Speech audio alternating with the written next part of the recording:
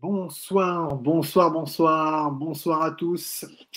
Alors, on se retrouve ce soir pour un petit live.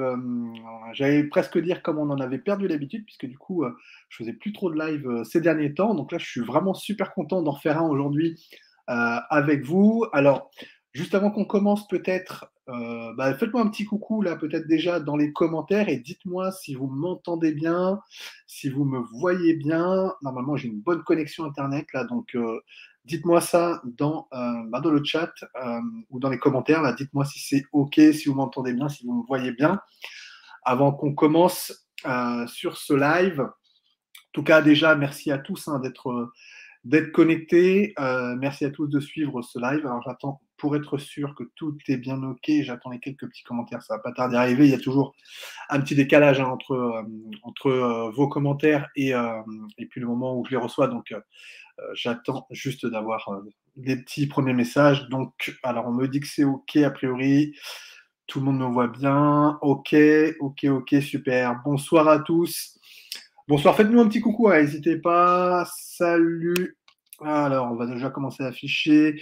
Salut à qui sont. Il y en a peut-être d'autres qui vont arriver aussi, je vais les afficher au fur et à mesure. Si vous nous rejoignez depuis Facebook, je vous ai laissé un petit lien dans l'invitation pour qu'on puisse voir votre nom et prénom. C'est quand même plus sympa pour qu'on puisse discuter en direct. Voilà. Donc, si vous êtes sur YouTube, il n'y aura pas besoin. On va voir votre nom et prénom directement dans l'application et je pourrai l'afficher sans problème. Par contre, sur Facebook, n'oubliez pas d'autoriser StreamYard, hein, qui est mon logiciel, à afficher votre nom et prénom. C'est toujours plus sympa qu'on se retrouve tous ensemble. Alors, comme je vois que ça se connecte tranquillement, aujourd'hui, on va parler donc comme le sujet qui nous tient toujours à cœur, hein, la conciergerie Airbnb. Plus spécialement aujourd'hui, on va voir comment est-ce qu'on peut lancer une conciergerie Airbnb qui soit rentable et qui soit une réussite en 2023. Donc, je vais te partager pas mal d'astuces, pas mal de petites choses pour que tu puisses toi aussi réussir ton lancement. Alors, du coup, je vais partager tout de suite mon écran. Comme je vois que tout le monde me dit que ça a l'air d'être OK, je regarde juste les commentaires. Ouais, ça a l'air d'être bon. Tout le monde me voit, tout le monde m'entend, donc c'est parfait. Écoutez, sans trop attendre, hein, on va démarrer tranquillement. Ça va laisser le temps aux personnes qui nous suivent de se connecter tranquillement. Alors je disparais un tout petit moment de l'écran, mais je suis toujours avec vous, il n'y a pas de souci. On est en direct, on est en live, bien évidemment. L'idée, c'est de parler, comme c'est noté sur cette slide, parler de création et de développement de conciergerie Airbnb avec succès en 2023. Ce que je propose, c'est qu'on démarre, puisque du coup, je vois que ça se connecte, c'est cool, c'est sympa à vous. Eh bien, écoutez, déjà, ce que je propose, c'est qu'on démarre directement l'introduction, parce que du coup, on est ensemble pour 1 heure à peu près. Et puis, bien évidemment, à la fin, je répondrai évidemment à toutes les questions que vous pouvez avoir. On est vraiment là pour ça, donc n'hésitez pas à poser des questions dans les commentaires. J'y réponds avec grand plaisir. On est là pour ça, pour échanger et prendre ce temps ensemble pour pouvoir se lancer dans les meilleures conditions pour ceux qui démarraient leur conciergerie ou pour ceux qui en ont déjà une et qui voudraient optimiser des choses, bien évidemment. Alors déjà pour démarrer dans l'introduction, donc qu'est-ce que c'est qu'une conciergerie Airbnb, puisque du coup c'est le sujet qui nous tient à cœur. Alors j'imagine que vous avez déjà pour la plupart une bonne idée. Pour ceux qui sont très avancés, pour ceux qui le sont un petit peu moins, ça va être l'occasion justement de partager un petit peu là-dessus. Alors une conciergerie Airbnb, en fait, c'est vraiment un business qui peut rapporter plusieurs dizaines de milliers d'euros par mois, et on va le voir justement ensuite. Comment est-ce qu'on fait ça? C'est un business qui peut se monter vraiment en France, en tout cas en moins de 7 jours et vraiment sans diplôme. Donc ça, c'est vraiment une chance qu'on a en France de pouvoir justement lancer ce type de business sans forcément beaucoup de prérequis, parce qu'on voit que ça se lance très rapidement sans gros prérequis. Là, on n'est pas sur des professions réglementées où on vous demande d'avoir certains diplômes pour vous lancer. Là, c'est pas du tout le cas. Et c'est aussi un business qui nécessite un très faible apport pour se lancer. Donc ça, pareil, on va le voir dans la suite de cette présentation. Il n'y a pas besoin de sortir plusieurs dizaines, voire centaines de milliers d'euros avant de lancer son business. une conciergerie, c'est quelque chose qui peut vraiment se lancer, encore une fois, sans trop de prérequis, hein. Donc c'est un peu l'avantage de ce type de business. C'est aussi et surtout un service qui est de plus en plus recherché par les propriétaires de biens immobiliers. Alors pareil, on va le voir un petit peu dans la suite pourquoi, hein. C'est vrai que, comme vous vous en doutez, hein, vous le savez aussi, probablement, beaucoup de propriétaires ou beaucoup d'investisseurs, hein, pour être plus précis, investissent aujourd'hui dans l'immobilier ou ont de l'immobilier, dans lequel ils ont déjà investi. Et l'inflation allant aussi dans le sens qu'on connaît tous aujourd'hui, beaucoup d'investisseurs se posent la question d'augmenter un peu leurs profits pour justement, pouvoir contrer un peu cette inflation et la location courte durée est un des moyens. Et donc forcément, s'il y a plus de besoins, plus de demandes, dans la location courte durée, très clairement, il y a aussi besoin de plus en plus de conciergerie pour aider les propriétaires justement dans ces tâches. Alors, une conciergerie, alors c'est aussi, justement, c'est ce que je te disais à l'instant, hein, je vais te montrer comment moi j'ai créé ma conciergerie, en 2019. Donc je l'ai démarré en 2019. On va voir ça ensemble justement, comment j'ai fait, quelles erreurs j'ai pu faire et puis comment tu peux du coup toi éviter tout ça et créer, toi aussi ta conciergerie. Je veux aussi partager avec toi, parce que j'ai vraiment envie d'être transparent, comment j'ai gagné 6 022,25 € le mois dernier avec ma conciergerie et preuve à l'appui. Donc ça, on va le voir. Alors pourquoi je veux vraiment te montrer ça? Parce que du coup, toi aussi, tu vas pouvoir bien sûr faire la même chose en lançant ce business-là, hein, évidemment. On est là ensemble ce soir pour justement parler de tout ça. N'hésitez pas à me laisser quelques petits commentaires, hein, à me poser des questions si jamais vous avez des questions par rapport à tout ce que je dis, hein, n'hésitez pas, j'y réponds évidemment avec plaisir. On est là, voilà, on est là ensemble pour une bonne heure, donc n'hésitez pas à poser les questions.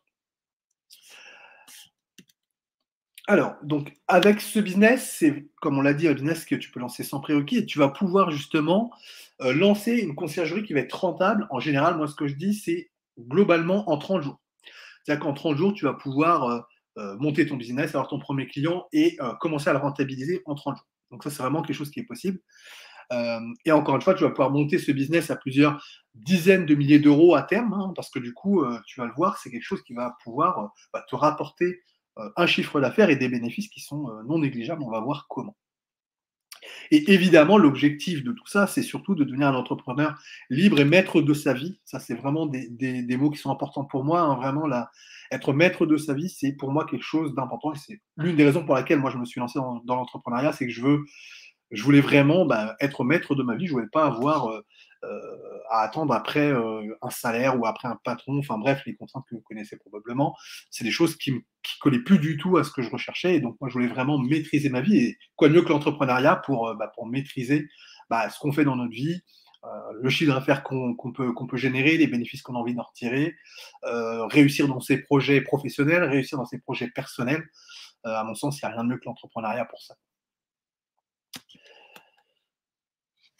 Alors, on va du coup se donner une petite définition de la conciergerie. C'est quelque chose que j'aime bien partager pour qu'on puisse ensemble parler alors, en tout cas d'avoir le même vocabulaire, ou en tout cas parler vraiment de la même chose. Donc pour moi, c'est un service qui est proposé par une entreprise auprès d'un loueur en courte durée. On en a parlé tout à l'heure, hein, les fameux investisseurs. Alors ça peut être des particuliers ou des entreprises, bien sûr.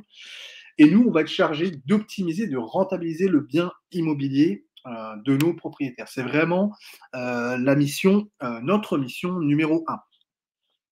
Alors, la conciergerie, elle va s'adresser aux propriétaires qui veulent louer leurs biens, évidemment en location courte durée. Alors, on peut aussi parler parfois de moyenne durée, hein, pour ceux qui vont faire de la location au mois ou via des beaux mobilités, par exemple aussi.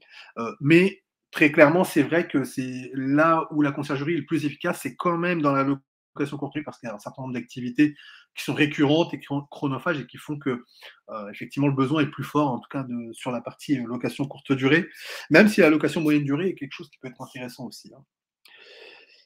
Alors, les propriétaires donc recherchent des prestations parce que cette prestation, hein, tout simplement parce qu'il leur manque des choses.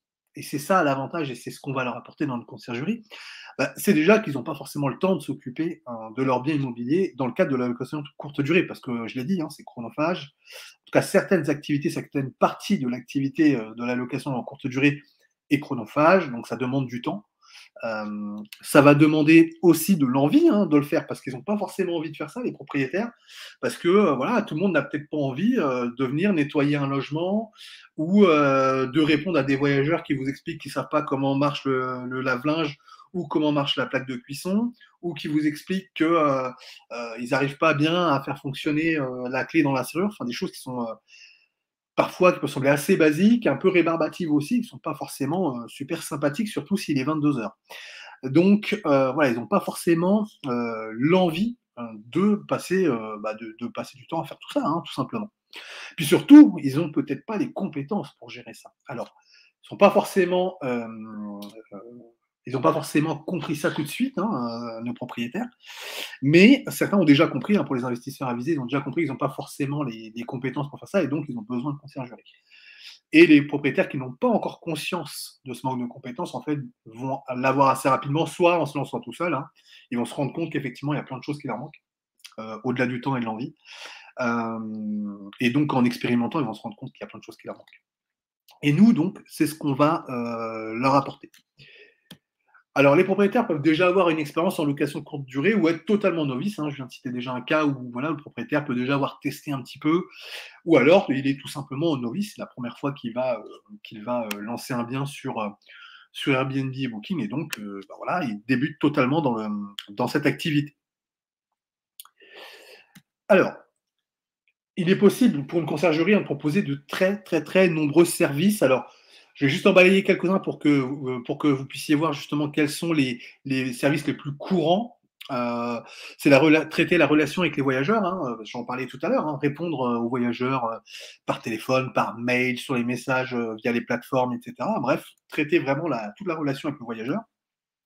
Éventuellement remettre des clés, alors en physique ou non, ça on pourra aussi en parler et revenir sur ce point-là. On va aussi s'occuper de tout ce qui va être contrôle de l'état de l'appartement. Alors, je l'appelle entre nous ici plutôt état des lieux, bien que c'est un terme un peu immobilier, mais l'idée c'est plutôt contrôler l'état des éléments de l'appartement. Mais voilà, dans notre conciergerie, on va pouvoir proposer ce type de service. On va pouvoir proposer bien évidemment du ménage, évidemment, puisque c'est une tâche qui est assez récurrente et que tout le monde a en tête quand on parle de location courte durée. Et du coup, ce qui va avec le ménage, c'est la gestion du linge. On va aussi parler de maintenance ou de petite maintenance, s'assurer que le logement soit dans un bon état grâce à un certain nombre d'actions de maintenance.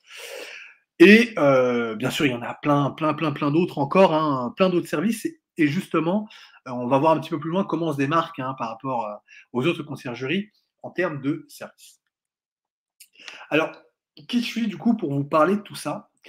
Moi, tout simplement, je m'appelle donc Henrik Glampor et je suis donc entrepreneur alors depuis 2018 parce que j'ai démarré un autre business en 2018 que j'ai abandonné depuis d'ailleurs pour me lancer ensuite dans la conciergerie en 2019. Donc, je suis marié et père de 3 enfants que j'aime plus que tout. C'est très probablement la meilleure raison pour moi de m'être lancé dans l'entrepreneuriat, c'est voilà, de pouvoir passer du temps avec mes proches, avec mes enfants tout simplement. Donc j'ai créé ma conciergerie qui s'appelle Louer Premium, donc le 11 avril 2019 en région parisienne, pour être très précis sur la date. Et du coup, je vais partager justement, alors on le voit peut-être pas très très bien, la capture d'écran est peut-être un peu petite, mais vous retrouverez justement le nom de ma société sur tous les sites légaux, où vous allez retrouver ma société et la date à laquelle elle a été créée. Encore une fois, l'idée c'est que je veux vraiment te montrer ce que je fais réellement au quotidien et te montrer que ce que je fais, c'est vrai. On n'est pas dans des choses qui sont inventées. Voilà, ma conciergerie, aujourd'hui, elle est créée, elle tourne. Donc, je gère actuellement à peu près 18 lots qui sont distincts. Et justement, le mois dernier, ce mois-ci, ou plutôt le mois dernier, on va dire, j'ai facturé 6 022,25 € à mes propriétaires pour mes prestations de conciergerie. Alors, qu'on soit aussi clair par rapport à tous ces chiffres et tout ce que je te montre ici. Moi, je dis pas ça pour me vanter ou quoi que ce soit, mais c'est juste que tu le sais bien, sur Internet, il y a beaucoup de gens qui parlent de gagner de l'argent. Parfois même, certains parlent de gagner beaucoup d'argent. Par contre, il y en a peu qui le prouvent. Alors, du coup, moi, je voulais te partager justement la dernière facturation que j'ai émise auprès des propriétaires dans la capture d'écran qui est ici. Alors, j'ai masqué les noms des clients, bien évidemment, pour les raisons que tu imagines bien. Mais du coup, on va retrouver tous les montants que j'ai facturés dans le cadre de ma conciergerie ici. Voilà, donc il y a les montants taxes, les montants TTC, on arrive à 6 022,25 €.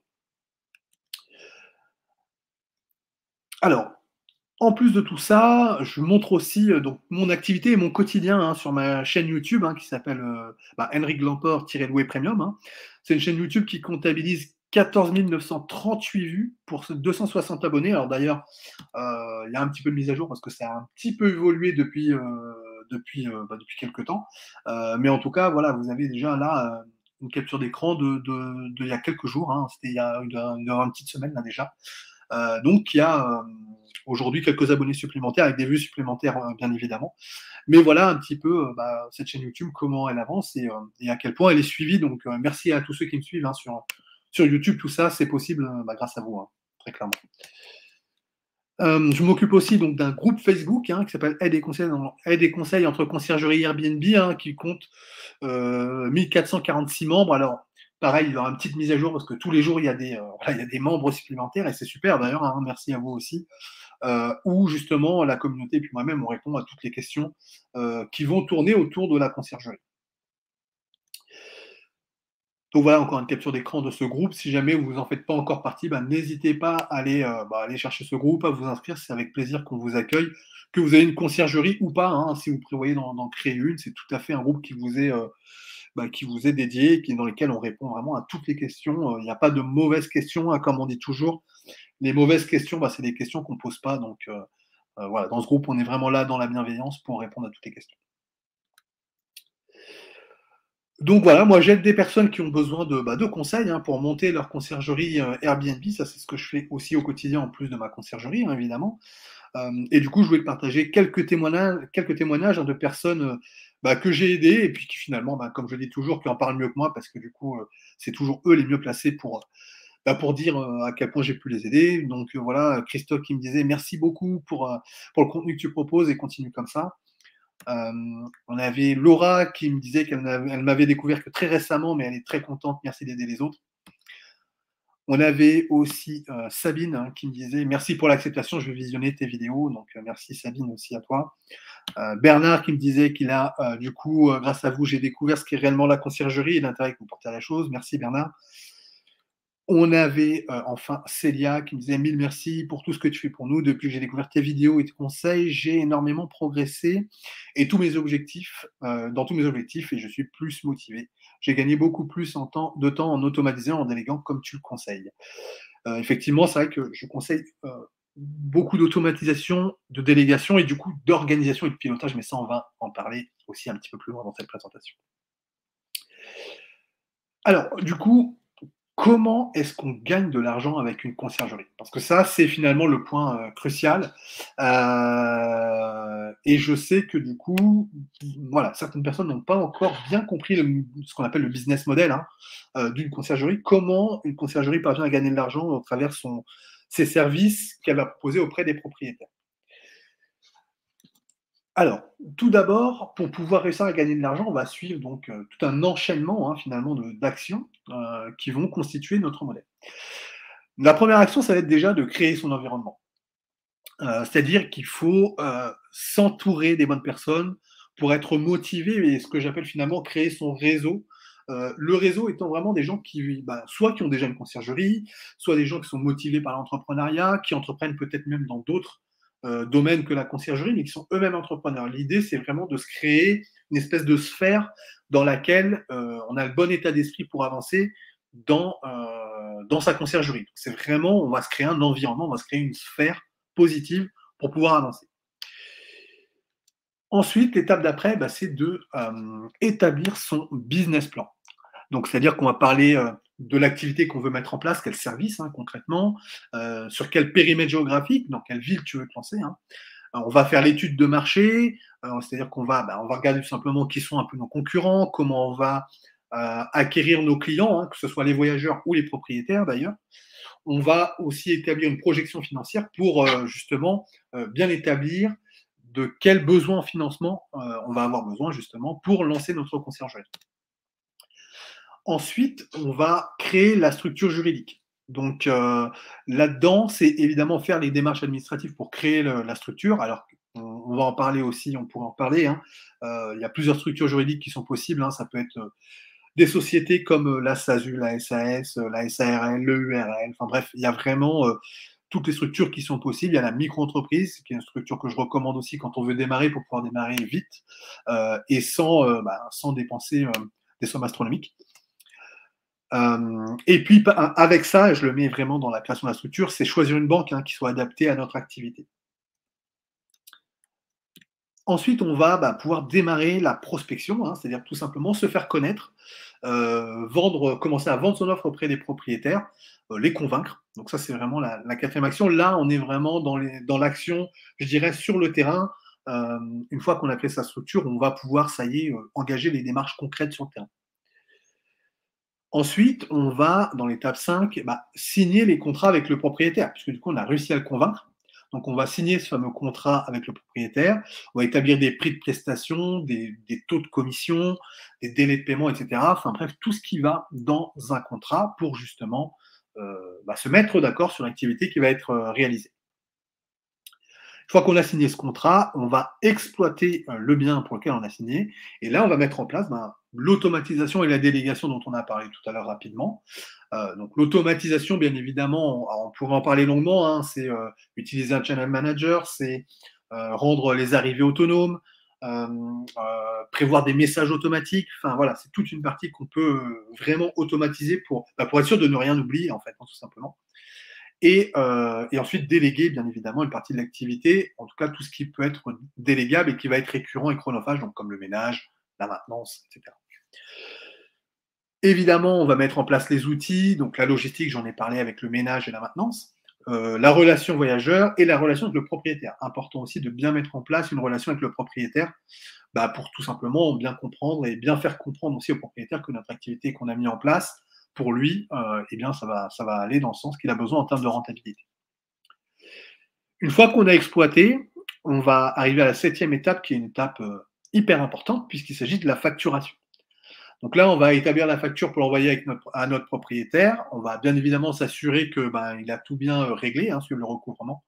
Puis évidemment, on va encaisser tout ça avec la banque avec laquelle on a fait affaire précédemment. Donc ça, c'est un petit peu je dirais, les 7 étapes qui permettent à une conciergerie de se mettre en place. Avec le temps, il y a des choses qui vont être optimisées, où tu vas pouvoir peut-être aussi déléguer. Alors, typiquement, c'est ce que j'appelle la boucle 6-7.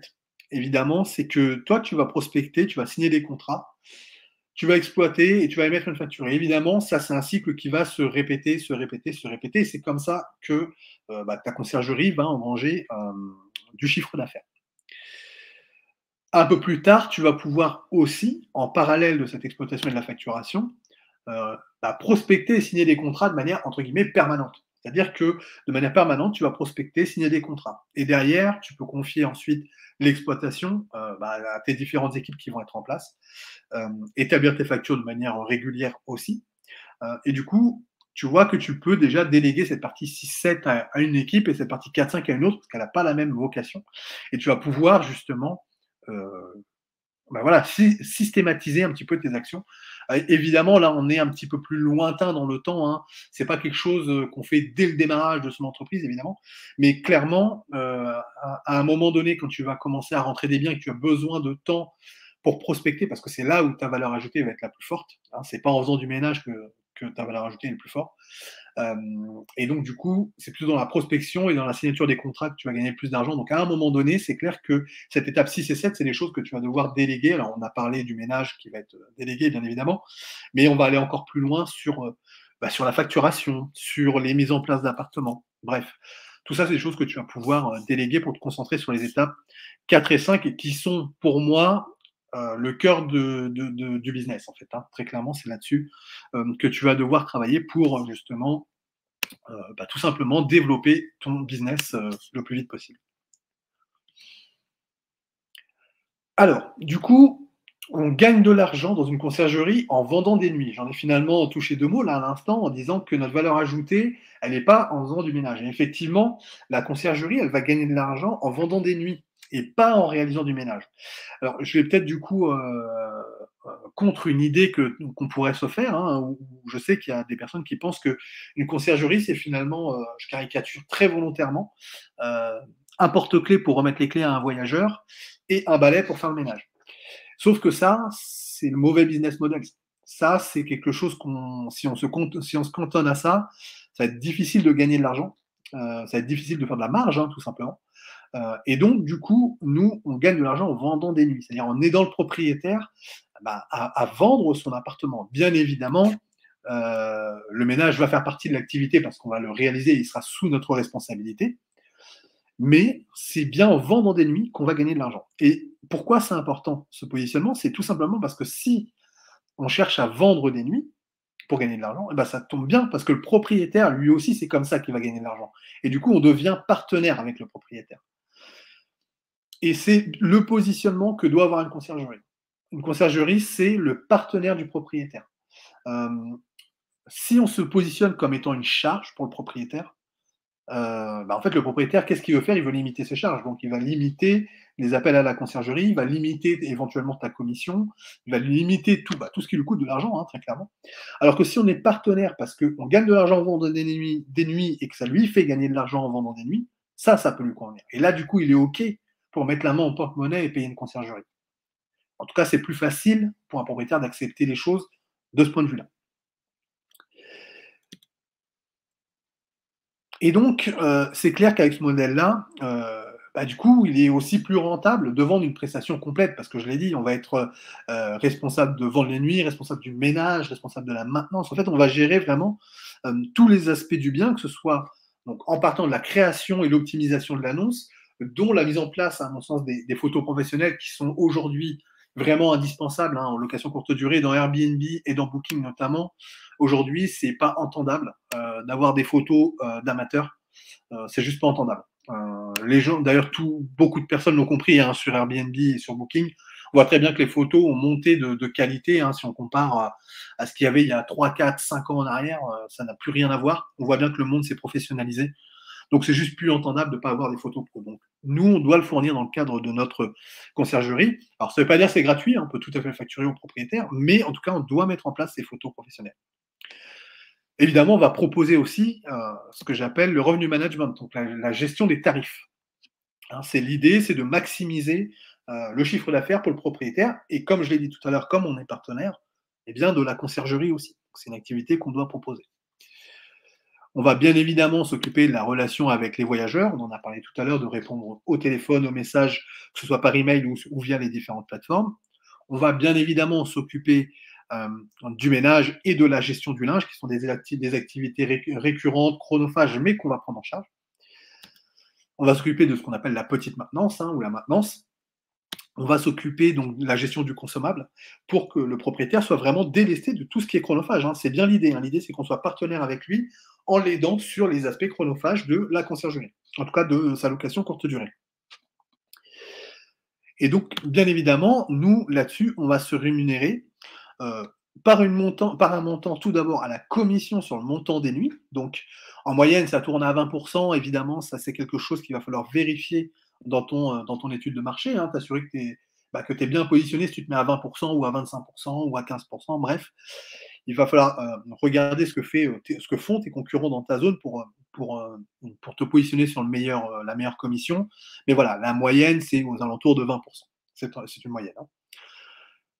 Tout simplement parce qu'on l'a dit tout à l'heure, hein, l'idée c'est vraiment de créer ce partenariat gagnant-gagnant avec le propriétaire.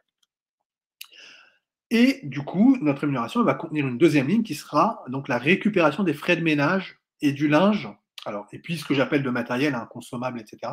Donc on va récupérer tous ces frais-là auprès du propriétaire. D'accord? Donc une facture, ça va contenir ces deux lignes, et c'est comme ça que la conciergerie va se rémunérer.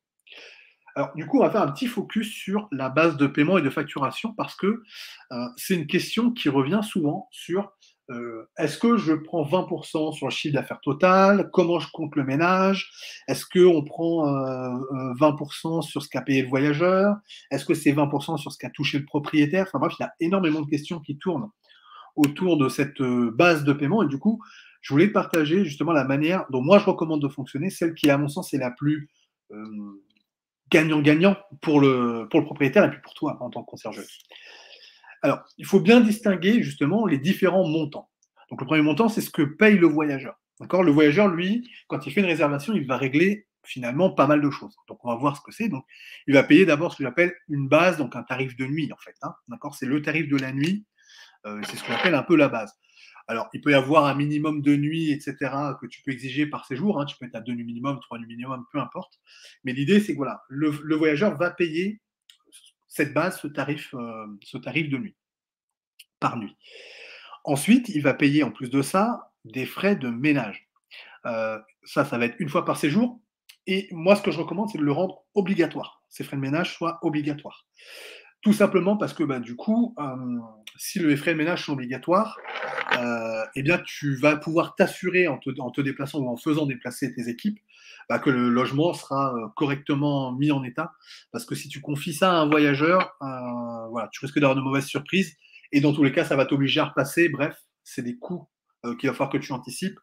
Et quitte à te déplacer, autant se déplacer pour faire du ménage, quoi, clairement. Ensuite, le voyageur n'a pas fini, il va encore toujours régler d'autres choses, c'est pas terminé. Il va payer ce qu'on appelle donc les frais de plateforme, hein, les frais, alors sur Airbnb, ça s'appelle les frais de service de mémoire. Donc en gros, c'est le fait que la plateforme nous a apporté des affaires, des voyageurs, hein, et donc la plateforme Airbnb ou Booking va prendre bah, une commission hein, sur la nuit qui aura été, sur la nuit et sur le ménage hein, qui a été facturé aux voyageurs. Donc, c'est variable en fonction des plateformes, hein, entre 15 et 18% pour les plateformes les plus connues. Ensuite, et c'est pas terminé, parce que du coup, comme tu peux le voir, le voyageur, il paye pas mal de choses, hein, en fin de compte. Hein, on le voit ici hein, déjà. Là, on en est à 3. Là, on va passer à une quatrième chose qu'il va payer, c'est la taxe de séjour. Donc ça aussi, c'est quelque chose que va régler le voyageur. Alors, en règle générale, c'est collecté par les plateformes. Et ça va varier en fonction de la commune dans laquelle tu te situes. Ça va dépendre aussi si le bien est classé ou non, etc. Il y a plusieurs critères qui peuvent être pris en compte pour déterminer le montant de la taxe de séjour. Mais voilà, le voyageur va donc payer cette fameuse taxe de séjour. Et on a presque terminé. Il y a une dernière chose qui peut être amené à payer. Alors ça, c'est un peu plus optionnel, mais il peut être amené à payer une caution. Alors, si ta conciergerie s'occupe de collecter la caution et de la restituer au voyageur, et bien du coup, le voyageur peut être amené à régler une caution. Hein. Donc les plateformes aujourd'hui, Booking et Airbnb, peuvent s'occuper de cette partie-là. Sur Airbnb, c'est automatique.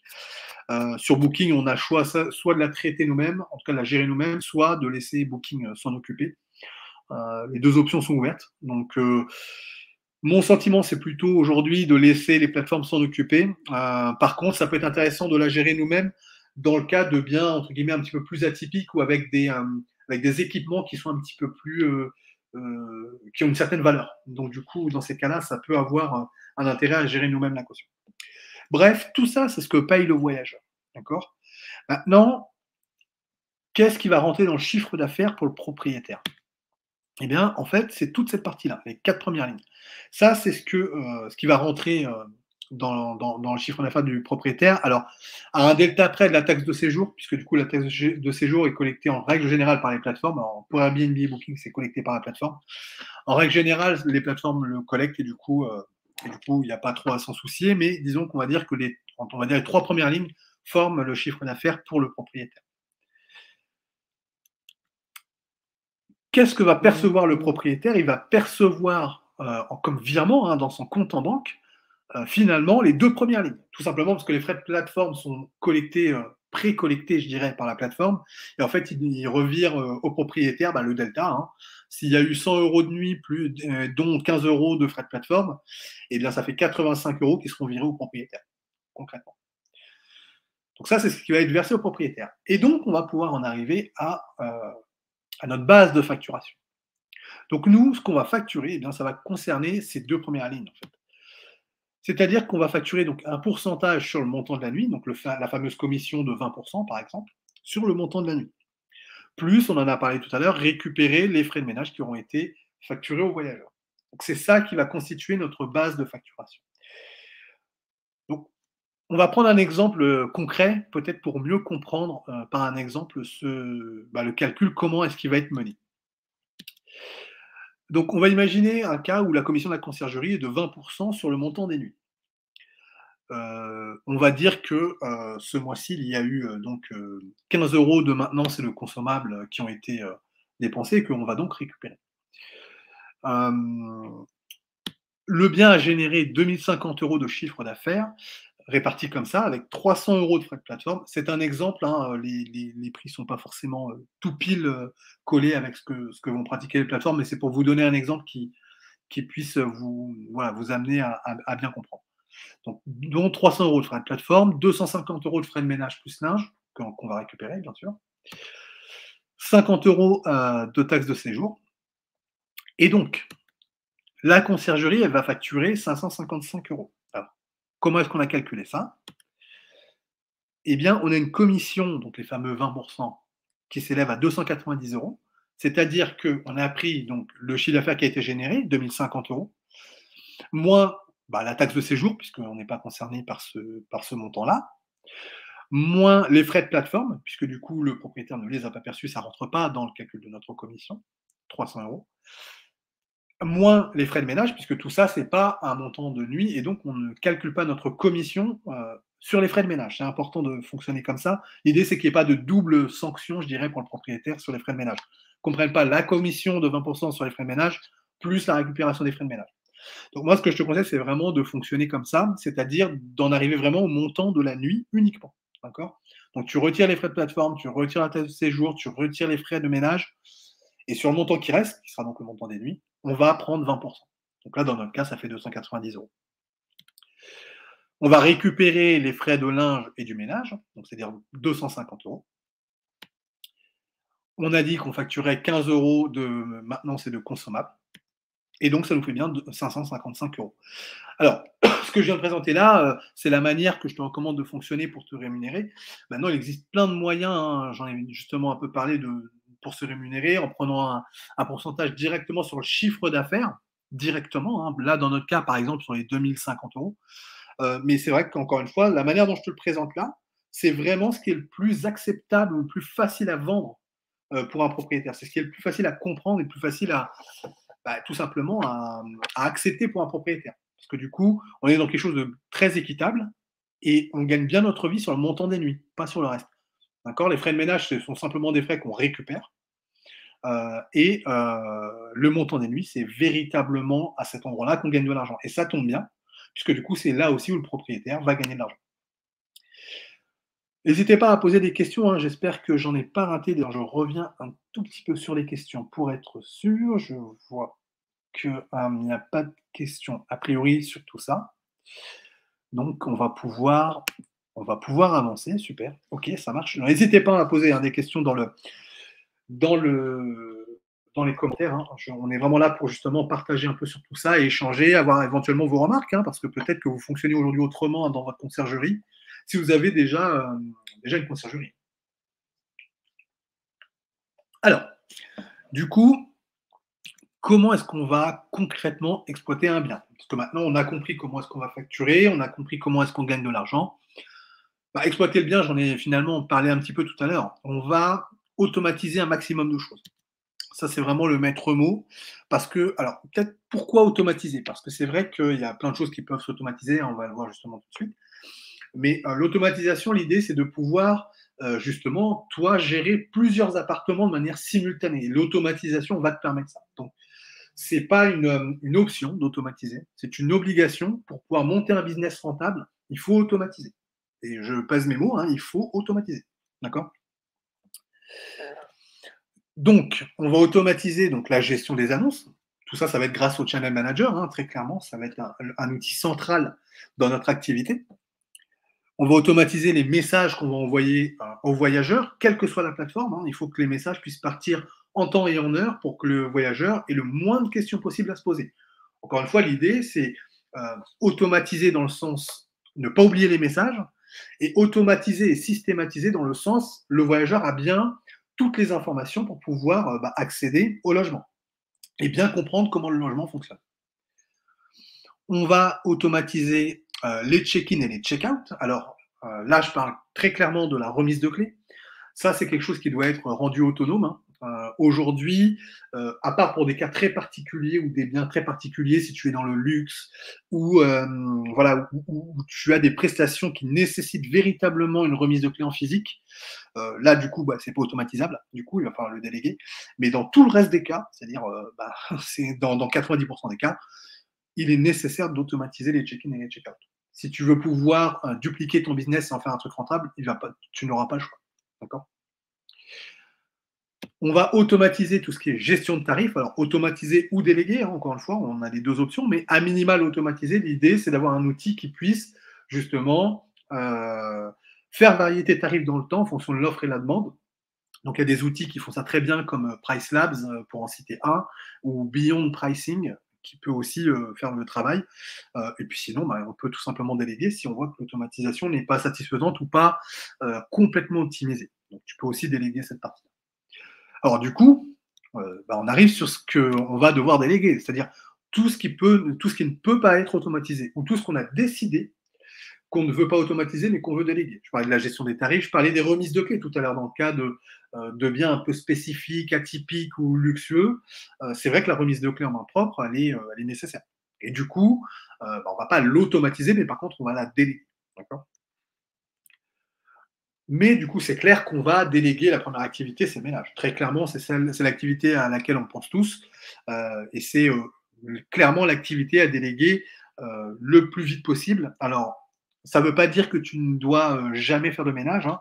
Je pense que quand on démarre une activité, c'est toujours important de bien comprendre, bah, tous les pans, tous les aspects de son activité et le ménage va en faire partie. Moi, je pense que c'est très intéressant et très instructif, d'aller faire des ménages au démarrage quand tu as un seul bien, par exemple, ou même quand on a deux, pour justement bien comprendre les subtilités bah, du bien en question déjà, ça va t'apprendre comment le bien il fonctionne, et puis les subtilités de l'activité ménage, quelles sont les difficultés, quelles sont les spécificités, comment il faut être bien organisé, qu'est-ce qu'il faut comme information pour pouvoir réaliser un ménage correctement, quelle information on a besoin de restituer à la fin d'un ménage, hein, un compte rendu d'intervention. C'est vrai que c'est mieux quand on l'a fait soi-même, on est beaucoup plus au fait justement bah, de tous ces aspects-là. Donc je conseille vraiment de commencer par en faire soi-même, hein, d'ailleurs. Mais voilà, rapidement, tu vas pouvoir le déléguer. La gestion du linge qui va avec, bien évidemment. En règle générale, c'est l'équipe de ménage qui va s'occuper de ça aussi. On va déléguer tout ce qui est maintenance, évidemment. Donc, pareil, ce sont des choses qui sont un peu récurrentes, qui nécessitent. Bah, alors, si tu as, toi, des compétences en termes de maintenance, évidemment, tu vas pouvoir en faire. Mais pareil, ça peut être un petit peu chronophage. Ça va dépendre sur quelle maintenance tu veux te positionner auprès de tes propriétaires. Moi, je conseille plutôt ce que j'appelle la petite maintenance, hein. C'est vraiment des petits actes qui permettent de maintenir le bien, du style, voilà, ça peut être revisser un meuble, resserrer quelque chose, dépanner, voilà, ça peut être vraiment des petites actions un petit peu à la MacGyver pour justement maintenir le bien, quoi.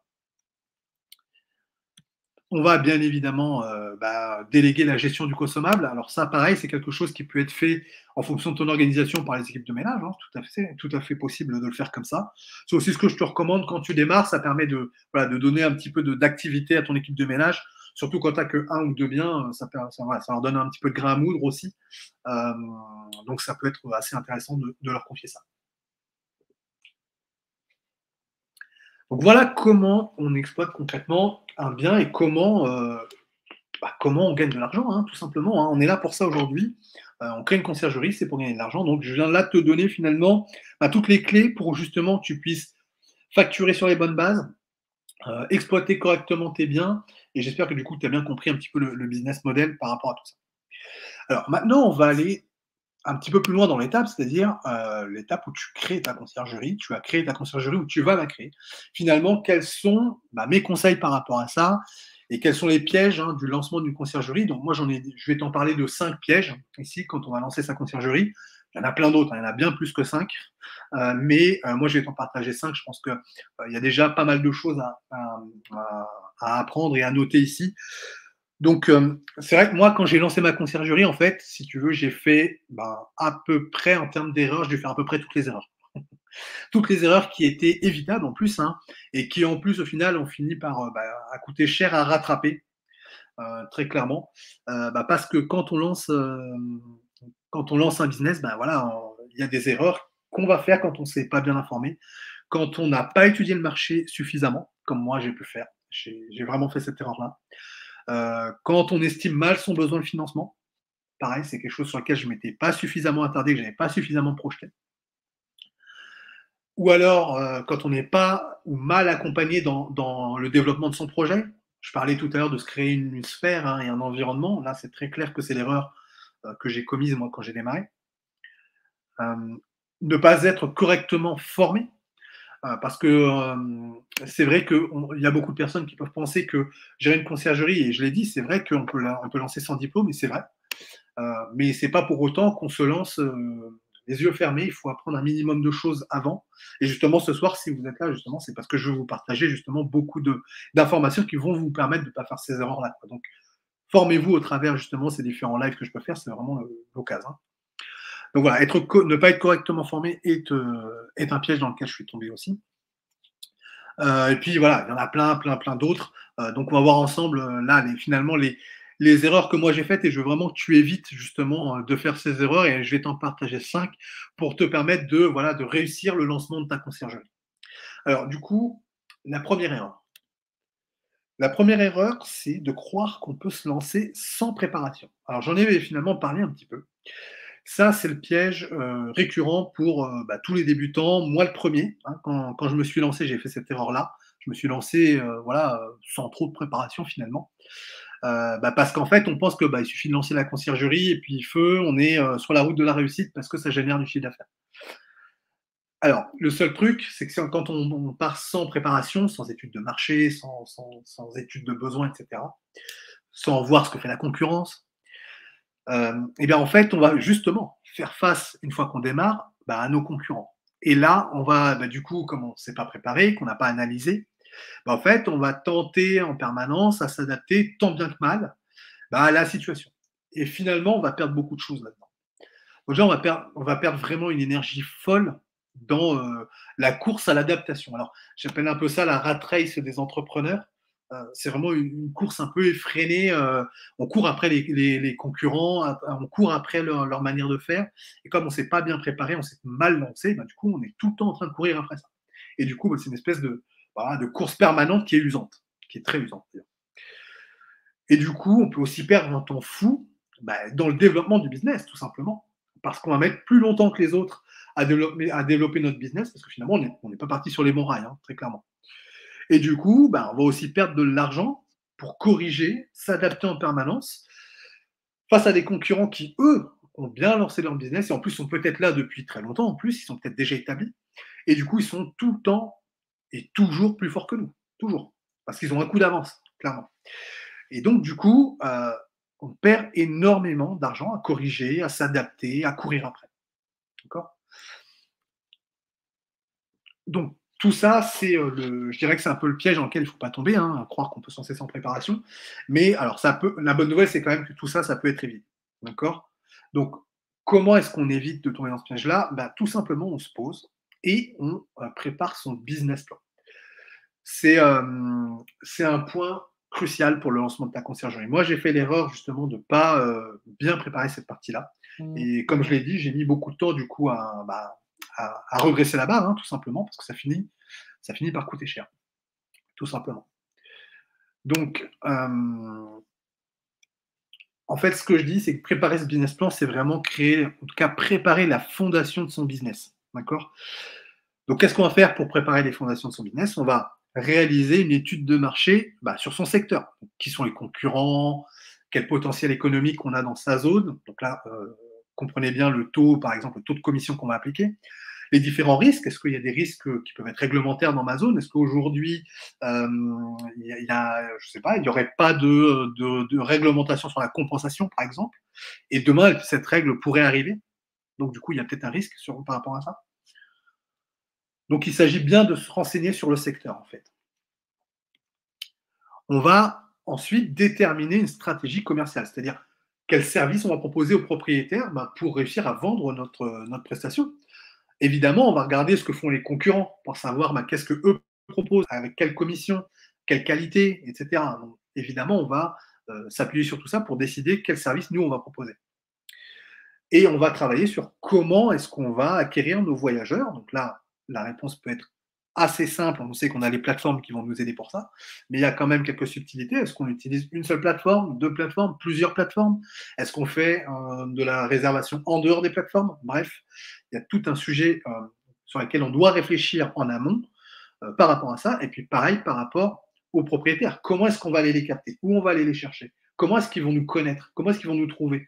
Est-ce que c'est les propriétaires qui vont venir à nous? Est-ce que c'est nous qui allons vers les propriétaires en allant les chercher à un endroit, en faisant de la publicité payante, en faisant du référencement sur Google? Bref, tout ça, c'est ce qu'on va devoir déterminer dans ce business. Et enfin, on va établir la projection financière de son business. L'idée, c'est de avoir le prévisionnel financier pour être sûr des besoins en financement de son entreprise. Parce que, je l'ai dit tout à l'heure, il y a finalement peu d'apports à prévoir dans l'activité, mais il y en a quand même un petit peu. Et ce petit peu, il faut bien le déterminer. D'accord? Pour être sûr de ne pas aller dans le mur, de ne pas se lancer à l'aveuglette, être sûr qu'on a ce financement qu'on aura déterminé, est-ce qu'on est bien en capacité de l'avoir? Sinon, comment on peut faire pour l'avoir? Qui on peut solliciter? Alors en France, c'est vrai qu'il existe pas mal d'aides quand on crée une entreprise, hein, il en existe vraiment beaucoup. Et je t'invite vraiment justement à t'informer sur, aller voir un petit peu les chambres de commerce, hein, les CCI de ta zone, pourront vraiment t'aider par rapport à ça, pour te guider sur les différentes aides qui peuvent t'aider justement dans tes besoins en financement, sachant qu'ils ne vont pas être phénoménaux, hein. On ne parle pas de centaines de milliers d'euros là, hein. On va parler on parle en centaines d'euros, quoi. On va parler en centaines d'euros. Donc, en plusieurs centaines d'euros. Donc, ça va dépendre de la taille du business que tu vises, mais voilà, très clairement, on est sur ce type de montant-là. Alors, du coup, on va passer donc à la deuxième erreur. Alors, je vais regarder peut-être s'il y a des commentaires. Ça fait un moment que je n'ai pas regardé s'il y avait des commentaires et des questions. N'hésitez pas, hein, bien évidemment, à poser des questions. Alors, je vois qu'il y a une question à laquelle je n'ai pas répondu. Je vais l'afficher tout de suite. Alors, si le prix à la nuitée est faible, aux alentours de 90-140 euros, aux alentours d'une ville proche de chez moi, sur Booking Airbnb, il est préférable de faire de la sous-location professionnelle. Alors, juste pour être sûr de bien répondre à mes questions, si les prix à la nuitée sont faibles, il est préférable de faire de la sous-location professionnelle. Alors, la sous-location professionnelle, alors, je le précise, c'est vrai que j'en parle de temps en temps, hein, dans mon activité, parce que j'en fais avec ma conciergerie, bien évidemment. Parce que c'est une activité qui se couple très bien. Alors, la sous-location, qu'est-ce que c'est? C'est votre entreprise qui va prendre un appartement en location et ensuite, avec l'accord du propriétaire, on va sous-louer le bien sur Airbnb et sur Booking. Donc, c'est la sous-location professionnelle. Alors, si les montants à la nuitée te semblent faibles dans ta zone, du coup, la bonne question avec ça, pour faire de la sous-location professionnelle, c'est quel est le montant des loyers, du coup?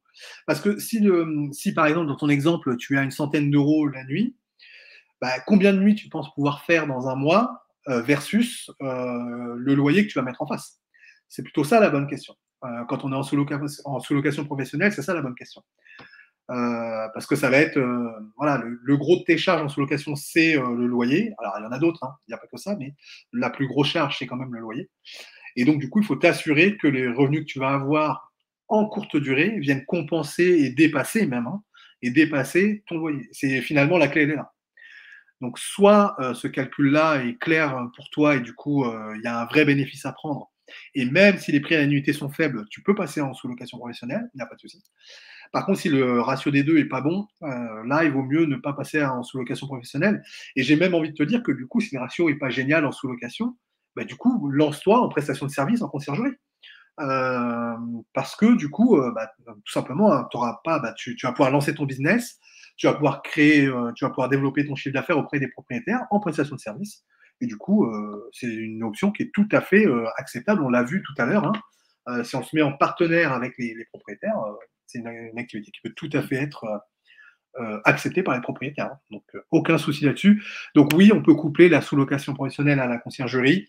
Et dans certains cas, ça peut être intéressant de passer en sous-location plus qu'en prestation de service.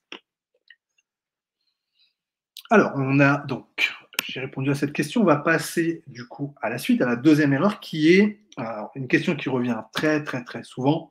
C'est croire que la carte G est nécessaire pour faire de la conciergerie. Alors la carte G, juste pour rappeler, hein, c'est la carte G d'agent immobilier qui permet réglementairement de gérer, hein, au sens réglementaire de la chose, hein, en termes immobiliers, de gérer un bien pour un propriétaire. Alors ça, croire que c'est nécessaire, c'est une idée qui est hyper répandue, hein. En fait, la conciergerie, c'est vrai qu'elle travaille pour le propriétaire. Et c'est vrai que dans certains cas, et même dans beaucoup de cas, hein, on est un véritable intermédiaire, même si le mot est pas le bon, parce que l'intermédiaire, du coup, c'est une activité qui est réglementée. Mais c'est vrai que parfois la conciergerie a un poste très, voilà, très intermédiaire et très prenant entre le voyageur et le propriétaire. Ce qui fait qu'on pourrait croire que la conciergerie gère au sens immobilier, hein, c'est-à-dire que ça serait sous le coup de l'activité réglementée, donc gère le bien, c'est-à-dire, effectivement, ce que j'écris ici, c'est administrer le bien, le vrai terme, d'accord. Donc c'est vrai que si on administre le bien, effectivement, on devient agent immobilier et donc on a besoin d'avoir cette carte pour pouvoir exercer, d'accord. Alors, qu'est-ce que ça veut dire administrer concrètement? Alors ça veut dire plein de choses dans la réglementation, hein, mais il y a 2 points hyper importants qui sont l'encaissement des revenus pour le compte des propriétaires. Donc si tu encaisses des revenus pour le compte du propriétaire et qu'ensuite tu lui reverses un montant qui lui est dû en gardant une commission, là, tu es dans l'activité d'agent immobilier, d'accord. Deuxième aspect, c'est la commercialisation du bien. Est-ce que, en tant que conciergerie, tu commercialises le bien avec le nom de ta conciergerie pour le compte du propriétaire, d'accord? Avec le nom de ta conciergerie pour le compte du propriétaire. Donc c'est-à-dire que l'annonce, finalement, entre guillemets, elle appartient à ta conciergerie, d'accord?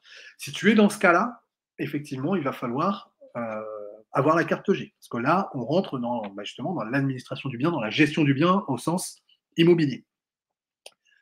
Mais nous, justement, c'est pas ce qu'on va faire avec nos conciergeries. Parce que avoir une carte G, c'est tout un tas de contraintes qui peuvent être, qui sont liées justement à la formation. Si tu encaisses des revenus, il va falloir des comptes en banque spécifiques avec des fonds bloqués, il va te falloir des assurances, il va falloir pas mal de choses. Justement, être apte à avoir cette carte G, il faut être formé en immobilier, il faut avoir un diplôme, etc. Donc c'est vrai que du coup la carte G peut être assez contraignante, bien qu'elle apporte des points positifs, hein. Là, je parlais d'encaisser des revenus. En termes de trésorerie, c'est un vrai plus pour ta conciergerie si jamais tu as une carte G. Mais on va dire que dans 90% des cas, on n'a pas de carte G, on démarre tous avec des budgets qui sont très modestes, et donc on va faire autrement. D'accord. Nous, on va être véritablement des prestataires de services pour le propriétaire. Et en fait, le propriétaire, il fait appel à nous pour l'aider, en fait. Mais c'est bien le propriétaire qui reste le propriétaire de l'annonce, qui reste finalement l'exploitant vis-à-vis de l'annonce et du contrat. D'accord. Du contrat avec le voyageur. Alors donc, justement, je l'ai dit, l'annonce restera bien au nom du propriétaire, parce que ça va être lui l'exploitant vis-à-vis du voyageur. Par contre, comment est-ce qu'on va contourner ça? C'est que dans notre fonctionnement, le propriétaire va nous accepter en tant que co-hôte. Donc c'est un statut qui va nous permettre d'accéder à 90% des fonctionnalités d'un compte. Et du coup, on va pouvoir réaliser toutes les actions qui sont quotidiennes ou pas, hein, d'ailleurs, par rapport à son annonce, mais on est vraiment, voilà, on fait un service. On aide le propriétaire à mettre des photos, on aide le propriétaire à gérer des tarifs, on aide le propriétaire à répondre aux voyageurs. D'accord. Donc nous, on va donc paramétrer l'annonce, hein, on en a parlé tout à l'heure, on va mettre en place les tarifs et les conditions de réservation, on va répondre aux voyageurs, mais tout ça dans le cadre d'une prestation de service, d'accord. On va réaliser le ménage, on va gérer le linge, on va faire de la maintenance. Mais voilà, comme j'ai dit tout à l'heure, la liste peut être super longue, hein, par rapport à tous les services qu'on peut proposer aux propriétaires. Et du coup, c'est bien dans ce sens-là qu'on va aller pour créer notre conciergerie et réaliser notre activité. Et du coup, le point important de l'encaissement des revenus, eh bien là, il n'y a pas de discussion possible. L'encaissement, c'est le propriétaire qui va percevoir la totalité des revenus.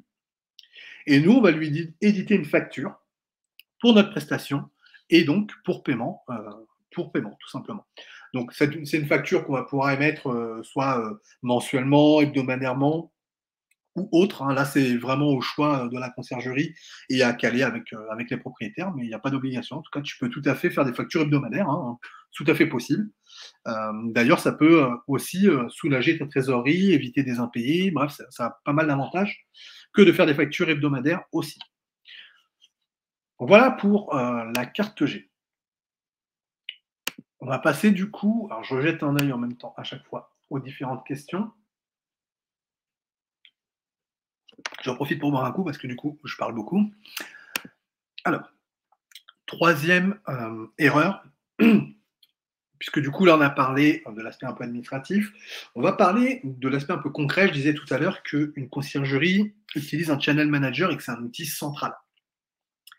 C'est tout à fait vrai, qui amène justement certaines personnes à croire qu'une conciergerie, finalement, ça se résume entre guillemets à un channel manager et que le channel manager va faire tout le job. Et ça, c'est une idée qui est très, très véhiculée sur la toile. Donc, méfiez-vous de ce type d'affirmation ou des choses qui vont ressembler à ces affirmations-là. C'est vraiment quelque chose sur lequel il faut redescendre sur terre, en fait, hein, les gars.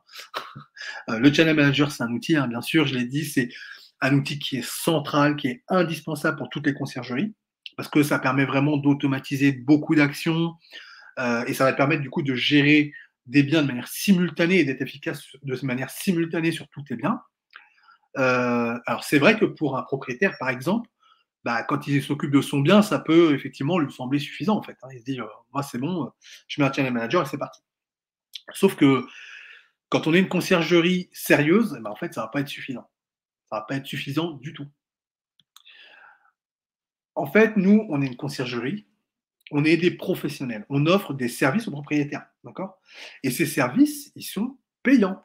Ils sont payants, faut pas l'oublier auprès du propriétaire, hein. L'idée, c'est pas simplement, voilà, de mettre, justement pour reprendre cette erreur, mettre en place un channel manager, envoyer des messages en automatique avec des tarifs qu'on a automatisés et puis c'est bon, bingo, on a fini. Pas du tout, pas du tout. Le propriétaire, n'oubliez pas qu'il paye pour nos prestations et donc lui, il attend quelque chose, hein, en retour, hein. Et du coup, ce qu'il attend, bah, c'est ce qu'on va faire pour lui. Nous, on va lui libérer du temps pour nous occuper de ses voyageurs, des accès, des messages, etc. Tout ça, on va le faire pour lui. On va maximiser les revenus en optimisant tous les tarifs qu'on pratique pour son logement dans le cadre de sa location courte durée. Et donc, il est aussi clair qu'en face de ce paiement et des prestations qu'on va réaliser, le propriétaire va demander des comptes sur l'activité. Qu'on soit bien clair avec ça. Il va demander des comptes. Et donc, il est aussi normal de lui rendre des comptes sur notre activité. En lui fournissant un certain nombre de tableaux de reporting, de tableaux de revenus, de taux de remplissage, d'indicateurs, hein, tout simplement, pour justement lui indiquer ce qu'on fait, lui indiquer que notre activité, elle est faite de manière pro, qu'elle a un rendu financier qui est au rendez-vous. Bref, tout ça, on va devoir rendre des comptes au propriétaire. En plus, une conciergerie, on a aussi finalement une responsabilité qui est très lourde. C'est qu'en fait, on va rentabiliser et pérenniser le bien du propriétaire parce que lui, derrière, il a probablement, peut-être pas dans tous les cas, mais probablement un crédit à rembourser. Et donc, il compte un peu sur notre prestation aussi pour être efficace. Alors, ça ne veut pas dire que ça va compenser à chaque fois le crédit, hein, qu'on soit très clair avec ça. Un bien qui a mal été acheté par un propriétaire, on peut faire tout ce qu'on veut en LCD, on n'arrivera pas à compenser les mensualités, hein, qu'on soit clair là-dessus. Mais en tout cas, c'est clair que le propriétaire, il attend de nous un certain professionnalisme, une certaine rentabilité. Donc nous, on va mettre en place pour lui une stratégie de revenu management pour s'assurer qu'on maximise les revenus. Encore une fois, on ne compensera peut-être pas le crédit, mais en tout cas, on va maximiser. On va être sûr qu'on ne laisse pas d'argent sur la table et qu'on a fait tout ce qu'il faut pour gagner un max de revenus sur ce bien.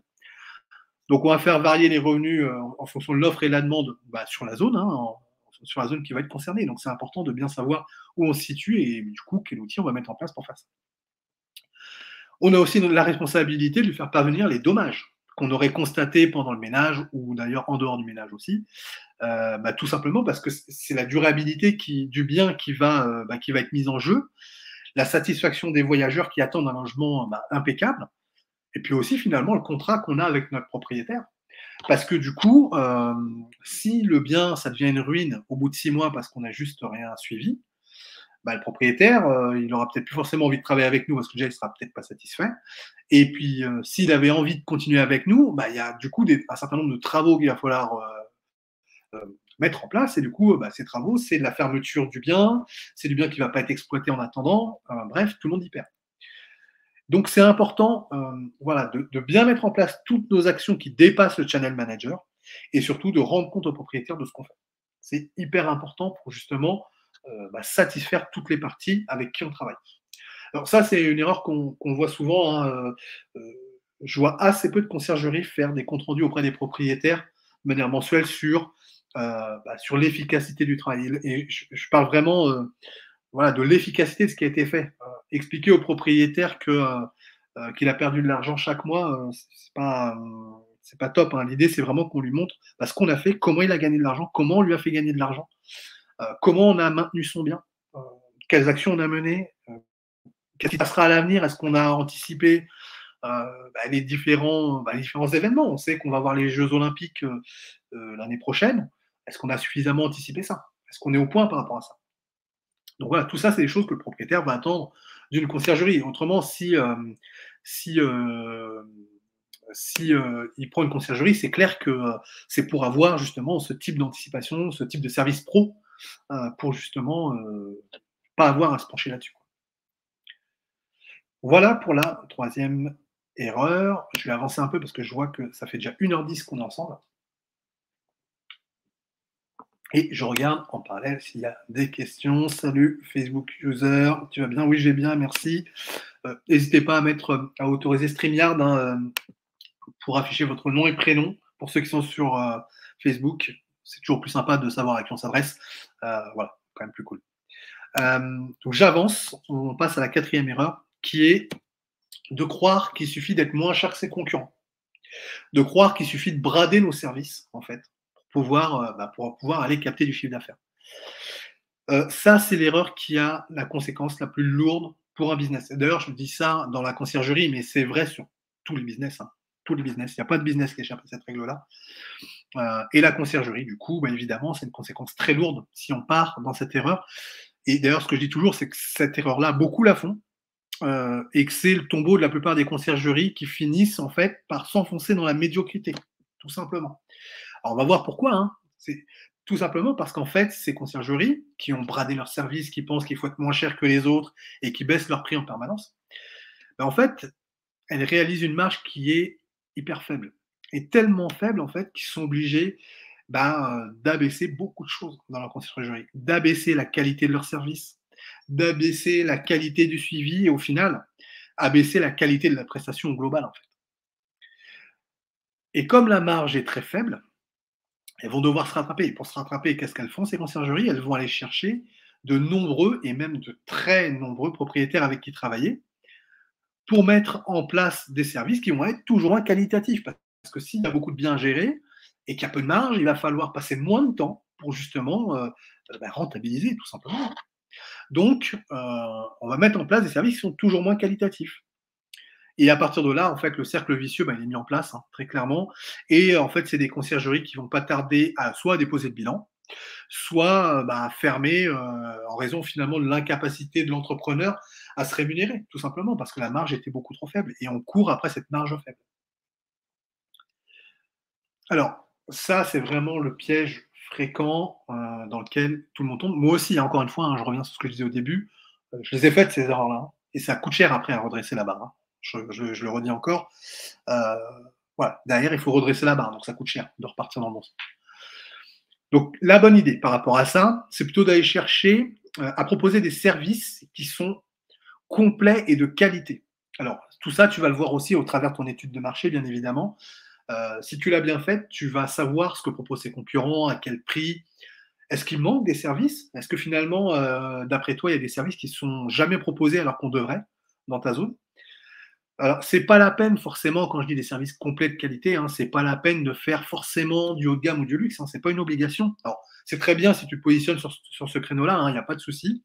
Il y a de la marge aussi à faire, il y a du business à faire sur le luxe, hein, mais c'est pas une obligation de te lancer sur le luxe.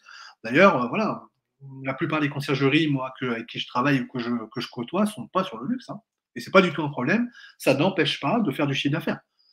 Ça n'empêche pas, comme moi, le mois dernier, de facturer plus de 6 000 euros dans le cadre de la conciergerie. Ça n'empêche pas. Donc, et je ne suis pas dans le luxe, hein, qu'on soit très clair. Donc, c'est juste qu'on va proposer des services qui ont une vraie valeur ajoutée pour le propriétaire. Donc, cette valeur ajoutée, comme je l'ai dit, l'étude de marché va nous aider justement à cibler un petit peu tout ça.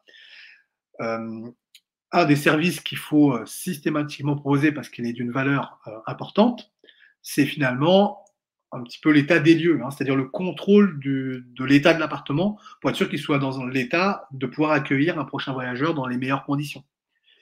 Ça va être un service qui va être très attendu par le propriétaire parce qu'on l'a dit tout à l'heure, hein, c'est la pérennité du bien dans la durée.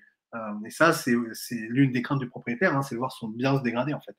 Donc nous, on est là pour lui signaler justement tout ça et on va justement être attentif justement à l'état de l'appartement. On va aussi potentiellement proposer à un propriétaire, par exemple, de lui permettre d'utiliser son logement à titre privé. Si voilà, si c'est pour lui un pied-à-terre dans le secteur et qu'il compte y revenir de temps en temps, bah, il faut lui permettre justement de faire ça. Alors évidemment, il ne faut pas tomber dans l'excès inverse, hein, où le propriétaire va venir pendant 6 mois dans le logement et toi, pendant 6 mois, tu vas exploiter, et pas de chance, les 6 mois où tu vas exploiter, c'est les 6 plus mauvais mois de l'année. Évidemment, il ne faut pas tomber dans les extrêmes, hein, mais en tout cas, il faut avoir une certaine souplesse dans l'utilisation du logement pour justement donner de la valeur au propriétaire et lui donner envie de travailler avec nous, hein, tout simplement. Hein. Et évidemment, la créativité est carrément permise. Hein. Il y a plein d'autres services que tu peux proposer. Ton étude de marché va vraiment grandement t'aider pour justement savoir ce que font les autres et du coup savoir ce qu'ils ne font pas. Parce que du coup, si tu détectes qu'il y a des services qui ne sont pas présents dans ta zone et que toi, tu sais comment l'organiser pour être rentable, il y a de fortes chances que ce soit quelque chose qui soit un peu manquant et donc ça vaut probablement le coup de le faire, de le proposer. Salut, bonsoir Facebook user. Pareil, si tu peux autoriser StreamYard à afficher ton nom, ça serait cool. Comme ça, c'est toujours plus sympa de savoir avec qui on discute. Merci à tous. En tout cas, là, ça fait déjà 1h12 hein, quasiment qu'on est là ensemble. Donc, je continue d'avancer. Voilà pour cette donc quatrième erreur. Et on va arriver au cinquième et le dernier que je voulais vous proposer ce soir. Alors, et ça, c'est une erreur que vous allez voir qui, je suis sûr, que vous avez entendu parler. En fait, c'est de croire que la conciergerie, l'activité d'une conciergerie, c'est chronophage et peu rentable. Alors, c'est une erreur qui arrive souvent, qu'on voit souvent chez les débutants, parce qu'en fait, c'est des débutants qui sont plutôt mal informés. Alors, pas mal formés, hein, du coup, mais plutôt mal informés. Ou même plutôt, je dirais, c'est pas qu'ils sont mal informés, mais c'est qu'en fait, leur entourage les a poussés à penser que l'activité, elle est chronophage et peu rentable. Pourquoi? Parce qu'en fait, cet entourage, pour tout un tas de raisons, très probablement, ils n'ont jamais monté d'entreprise. Ils ne savent pas ce que c'est que d'être entrepreneur.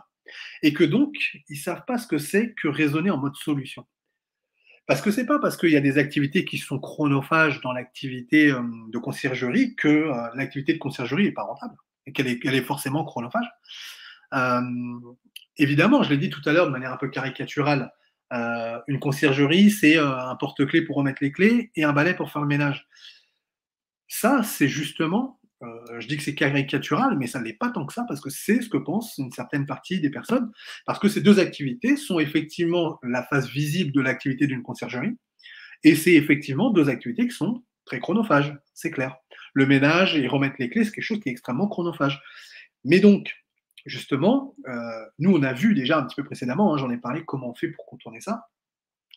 Mais c'est vrai qu'aujourd'hui, voilà, l'entourage, quand on débute, peut être amené à vous pousser à vous dire que c'est pas rentable parce que justement, remettre des clés physiquement, ben, ça va prendre du temps, faire du ménage, ça prend beaucoup de temps, on peut pas être à 2 endroits en même temps. Bref, il y a un moment donné, il y a une limite financière et physique à cette activité. Effectivement, vu comme ça, je suis d'accord, effectivement, c'est pas rentable. Alors ça, c'est un peu le fonctionnement d'anciennes conciergeries hein, qui sont pas forcément à la page de ce qu'on fait aujourd'hui et qui n'ont pas vu justement le live qu'on est en train de faire ensemble.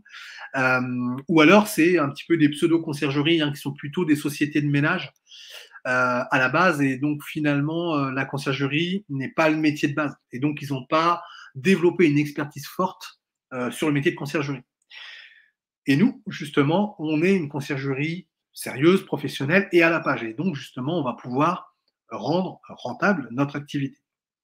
Et donc, pour en faire un véritable business rentable, on en a un petit peu déjà parlé tout à l'heure, il va falloir mettre en place un système qui te permettra de vraiment briser ce plafond qui t'empêchent de faire exploser ton chiffre d'affaires. Donc, on en a parlé, c'est automatiser tout ce qui peut l'être avec un channel manager, des boîtes à clés, la gestion des outils, etc. D'accord? Et puis déléguer le reste, hein, le ménage, la maintenance, la réponse aux voyageurs. On n'en a pas parlé, la réponse aux voyageurs peut aussi être déléguée, hein, bien évidemment. C'est pas du tout un souci, c'est quelque chose qui peut tout à fait être fait si jamais tu considères que c'est une activité que tu peux déléguer financièrement. C'est quelque chose que je peux te recommander.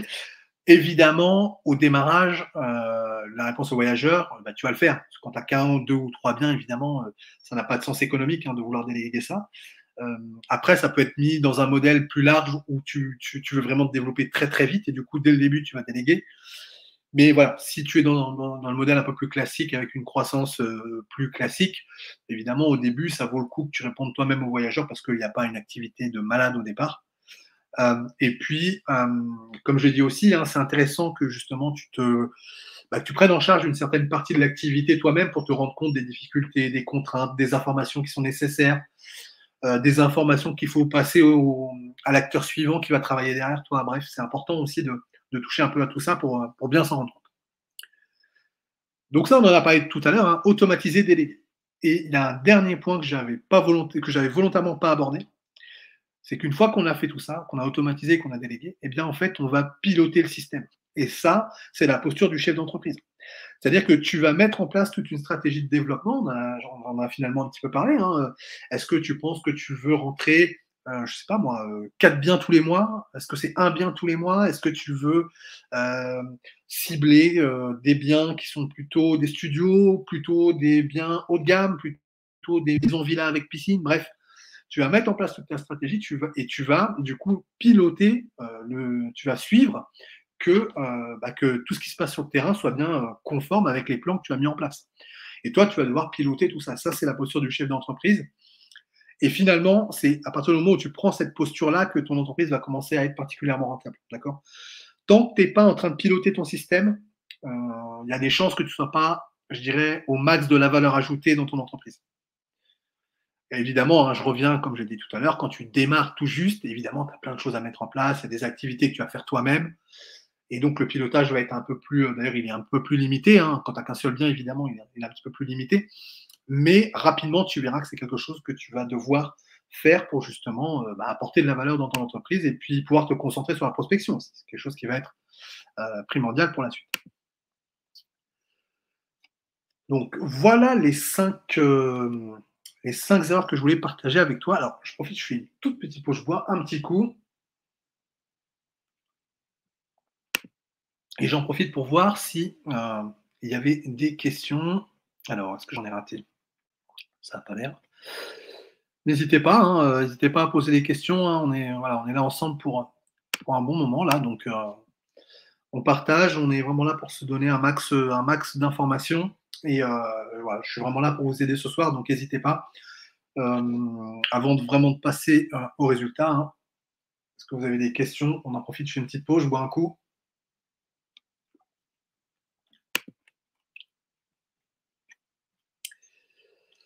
Ok, alors je vois qu'il y a pas de questions, j'attends un tout petit peu parce que je sais qu'il y a un petit décalage dans le temps à chaque fois.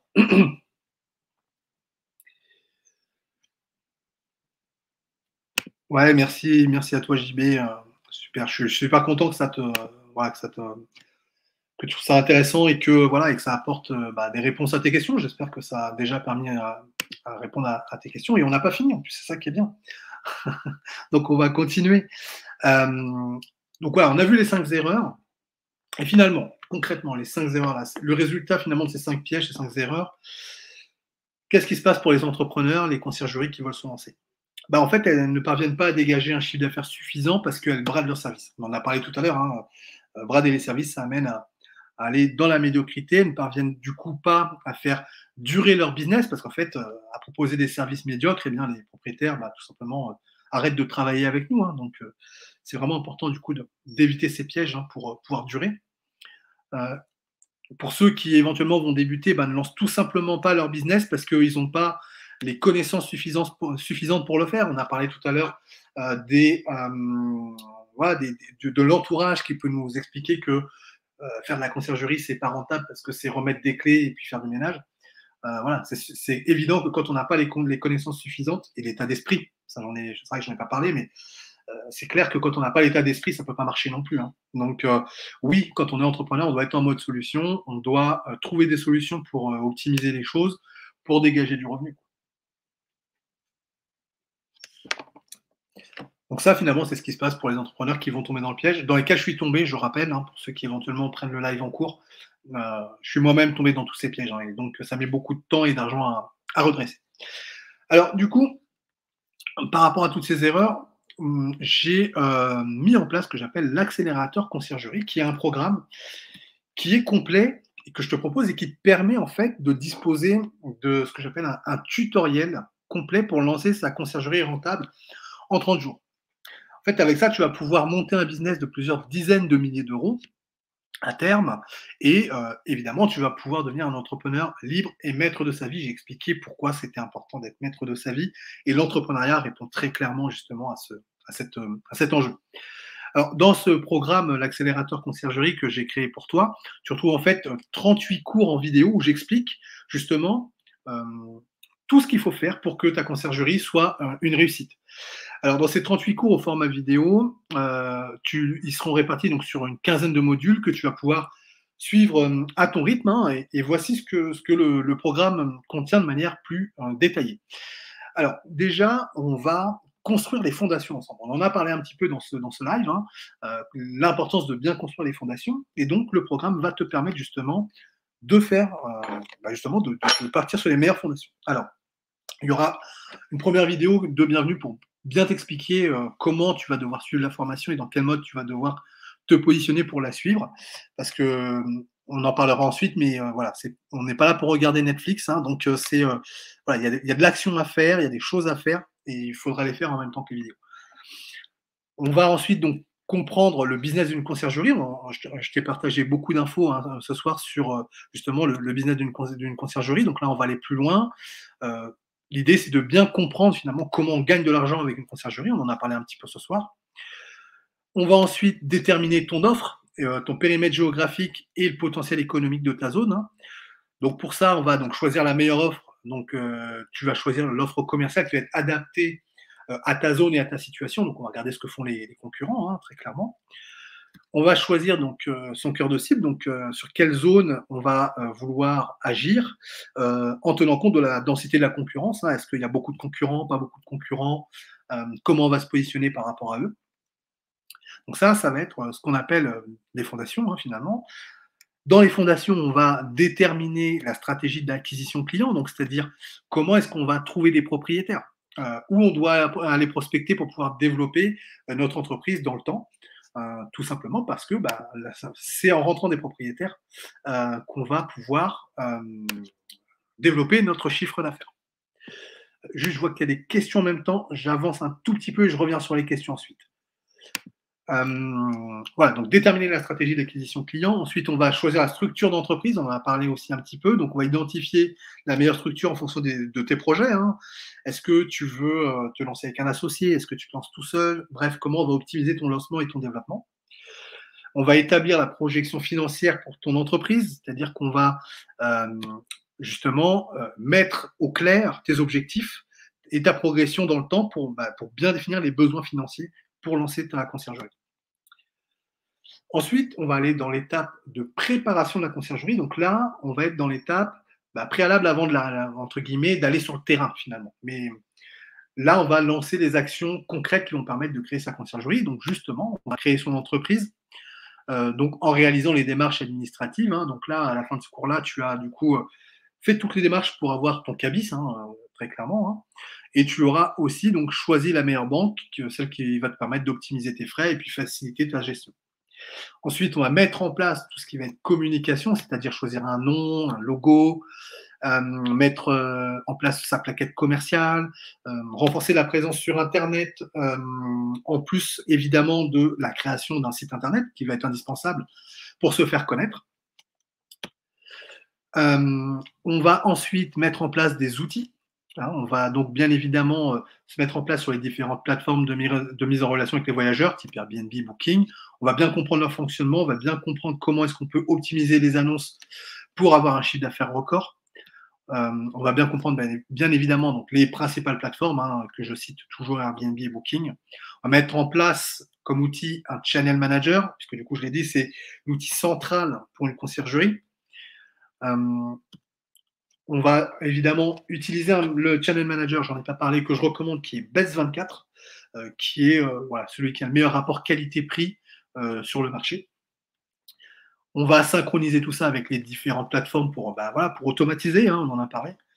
On va mettre en place nos différents tarifs, on va mettre en place les éventuelles cautions via Stripe, donc c'est un logiciel qui permet justement de gérer les cautions. On va mettre en place notre séquence de messages vis-à-vis des voyageurs. Bref, tout ça, ce sont des outils d'automatisation. Ensuite, auprès des propriétaires, on va mettre en place notre discours commercial pour qu'on sache comment on va approcher les propriétaires et comment est-ce qu'on va tout simplement les pousser à signer avec nous, hein, tout simplement. Donc, on va déjà préparer notre contrat de prestation de service. On va voir comment est-ce qu'on peut vendre notre offre, hein, comment on peut être convaincant auprès d'un propriétaire pour que les propriétaires en fait craquent pour toi, hein, tout simplement. Donc tout ça, c'est la phase de préparation de ta conciergerie avant d'aller sur le terrain. Donc là maintenant, on va lancer ta conciergerie, ça y est, on va sur le terrain et donc on passe à l'action sur le terrain. Donc l'action numéro 1, ça va être de prospecter pour trouver ton premier client. D'accord? Donc, il y aura un cours dédié à ça hein, qui va justement t'expliquer comment tu dois te faire connaître pour trouver ton premier client et signer ton premier contrat. Donc, on verra pourquoi et comment il faut être présent sur les principaux sites, comment est-ce qu'on contacte les propriétaires, comment est-ce qu'on peut intégrer un réseau pour trouver des propriétaires aussi. Donc, c'est important de travailler en réseau hein, pour justement aller trouver des propriétaires, des investisseurs qui peuvent être intéressés par nos services. On va ensuite préparer le bien pour lequel on aura signé pour l'optimiser pour notre exploitation. D'accord? Et donc, on va voir comment est-ce qu'on va mettre en ligne les annonces. On va donc bien évidemment configurer le bien pour ça, hein, entre la partie logistique, les boîtes à clés, les stocks de linge, le stock de consommables, etc. On va mettre en place, paramétrer nos outils, hein, notre channel manager pour qu'il puisse recevoir ce bien et lancer l'automatisation qui va être mis en place dans Bets24. Ensuite, on va bien évidemment mettre en place la logistique, c'est-à-dire déléguer le ménage. Donc, évidemment, recruter et déléguer du ménage. Hein. Tu vas devoir recruter du personnel et ça, on va travailler ensemble pour justement le faire. Je te donne mes meilleures astuces pour justement le faire et faire en sorte que tu puisses conserver du temps pour ta gestion. Donc, on va évidemment rechercher et sélectionner du personnel. On va former et accompagner son personnel de ménage. Hein. J'en ai parlé un petit peu aussi dans ce live. Hein. C'est important de choisir les bonnes personnes. Une fois que tu auras mis en place ta logistique, tu vas pouvoir accueillir et gérer tes premiers voyageurs, du coup, puisqu'ils vont voir ton annonce. Et donc, tu vas faire tout ce qu'il faut pour pouvoir les accueillir et être sûr de pouvoir les accueillir dans les meilleures conditions. Et du coup, pour qu'ils puissent passer un bon séjour, bien évidemment. Parallèlement à ça, tu vas pouvoir répondre aux questions des voyageurs. Hein, donc, on va pouvoir le faire de manière efficace. Hein, on a des outils qui vont te permettre de le faire, tout en valorisant un maximum le bien et puis ton annonce auprès des voyageurs. Ensuite arrive l'étape finalement la plus importante, puisque maintenant qu'on a beaucoup travaillé, on va facturer le propriétaire. Donc là, il est temps de gagner de l'argent, envoyer la première facture et recevoir le premier paiement. Donc j'imagine bien que c'est le moment que tu attends avec impatience dans tout le processus.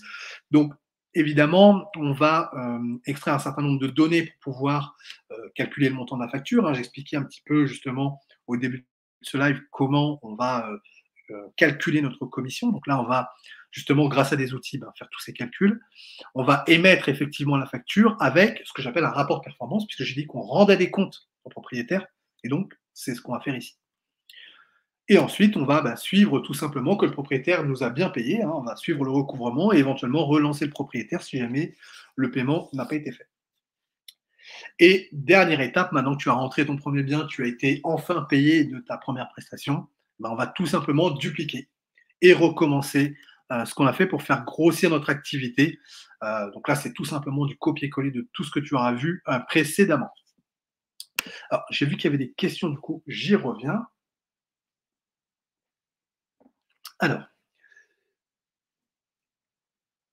Alors, JB, comment démarcher les propriétaires de résidences secondaires? Alors justement, c'est vrai que j'en parle pas mal justement hein, dans le programme accélérateur conciergerie. C'est vrai que ça va dépendre. Alors, il y a pas qu'une seule bonne réponse. De toute façon, on est dans l'entrepreneuriat, hein, donc il n'y a jamais de vérité absolue.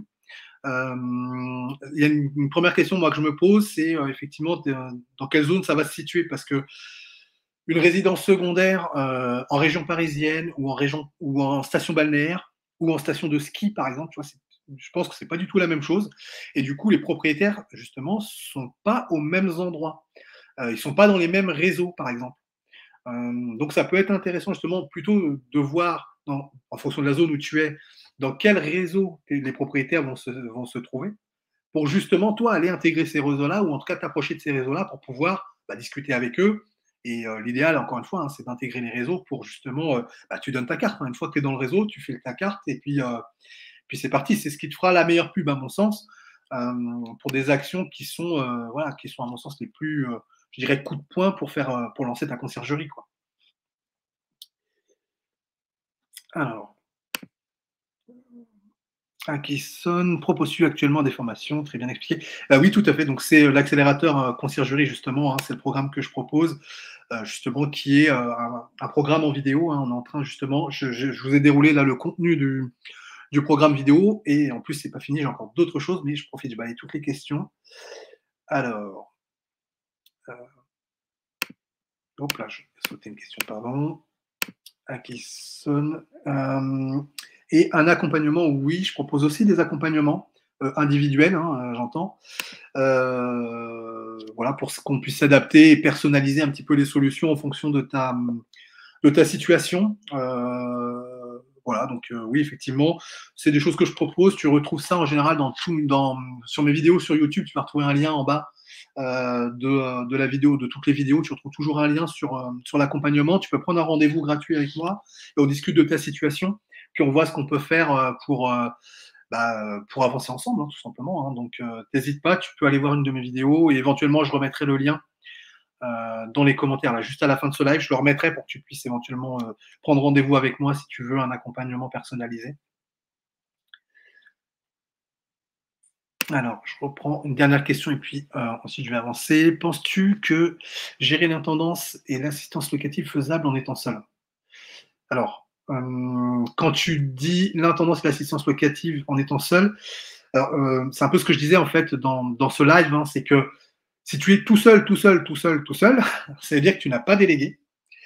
Et que donc, du coup, ça va être assez compliqué parce que, alors j'espère que j'ai bien compris ta question, hein, j'espère que c'était ça. C'est vrai que si tu es tout seul et que tu n'as pas délégué, là, du coup, tu vas être bridé, hein, parce que du coup, faire le ménage ou remettre des clés, ce genre de choses, quand tu es tout seul, tu peux pas être à deux endroits différents en même temps, donc ça va être compliqué. Par contre, si tu commences à déléguer, est-ce que tu es seul, je dirais, à la tête de ton entreprise? C'est peut-être ça ta question d'ailleurs. Si tu es seul à la tête de ton entreprise, c'est quelque chose qui est parfaitement faisable. Moi, pour ma part, je suis seul, hein, je suis en SASU, et donc je suis seul à la tête de mon entreprise. Par contre, je me suis entouré de plusieurs prestataires qui travaillent pour moi. Parce qu'effectivement, il y a plein de choses qu'on ne peut pas faire soi-même, soit parce qu'on n'a pas les compétences, pas le temps, parce qu'on ne peut pas être à plein d'endroits en même temps. Et donc, du coup, on délègue un certain nombre d'activités. Donc, ce que je disais dans ce live, hein, évidemment, on pense au ménage, bien évidemment. On peut penser à la maintenance aussi, gestion du linge, enfin, tout cet aspect un peu logistique.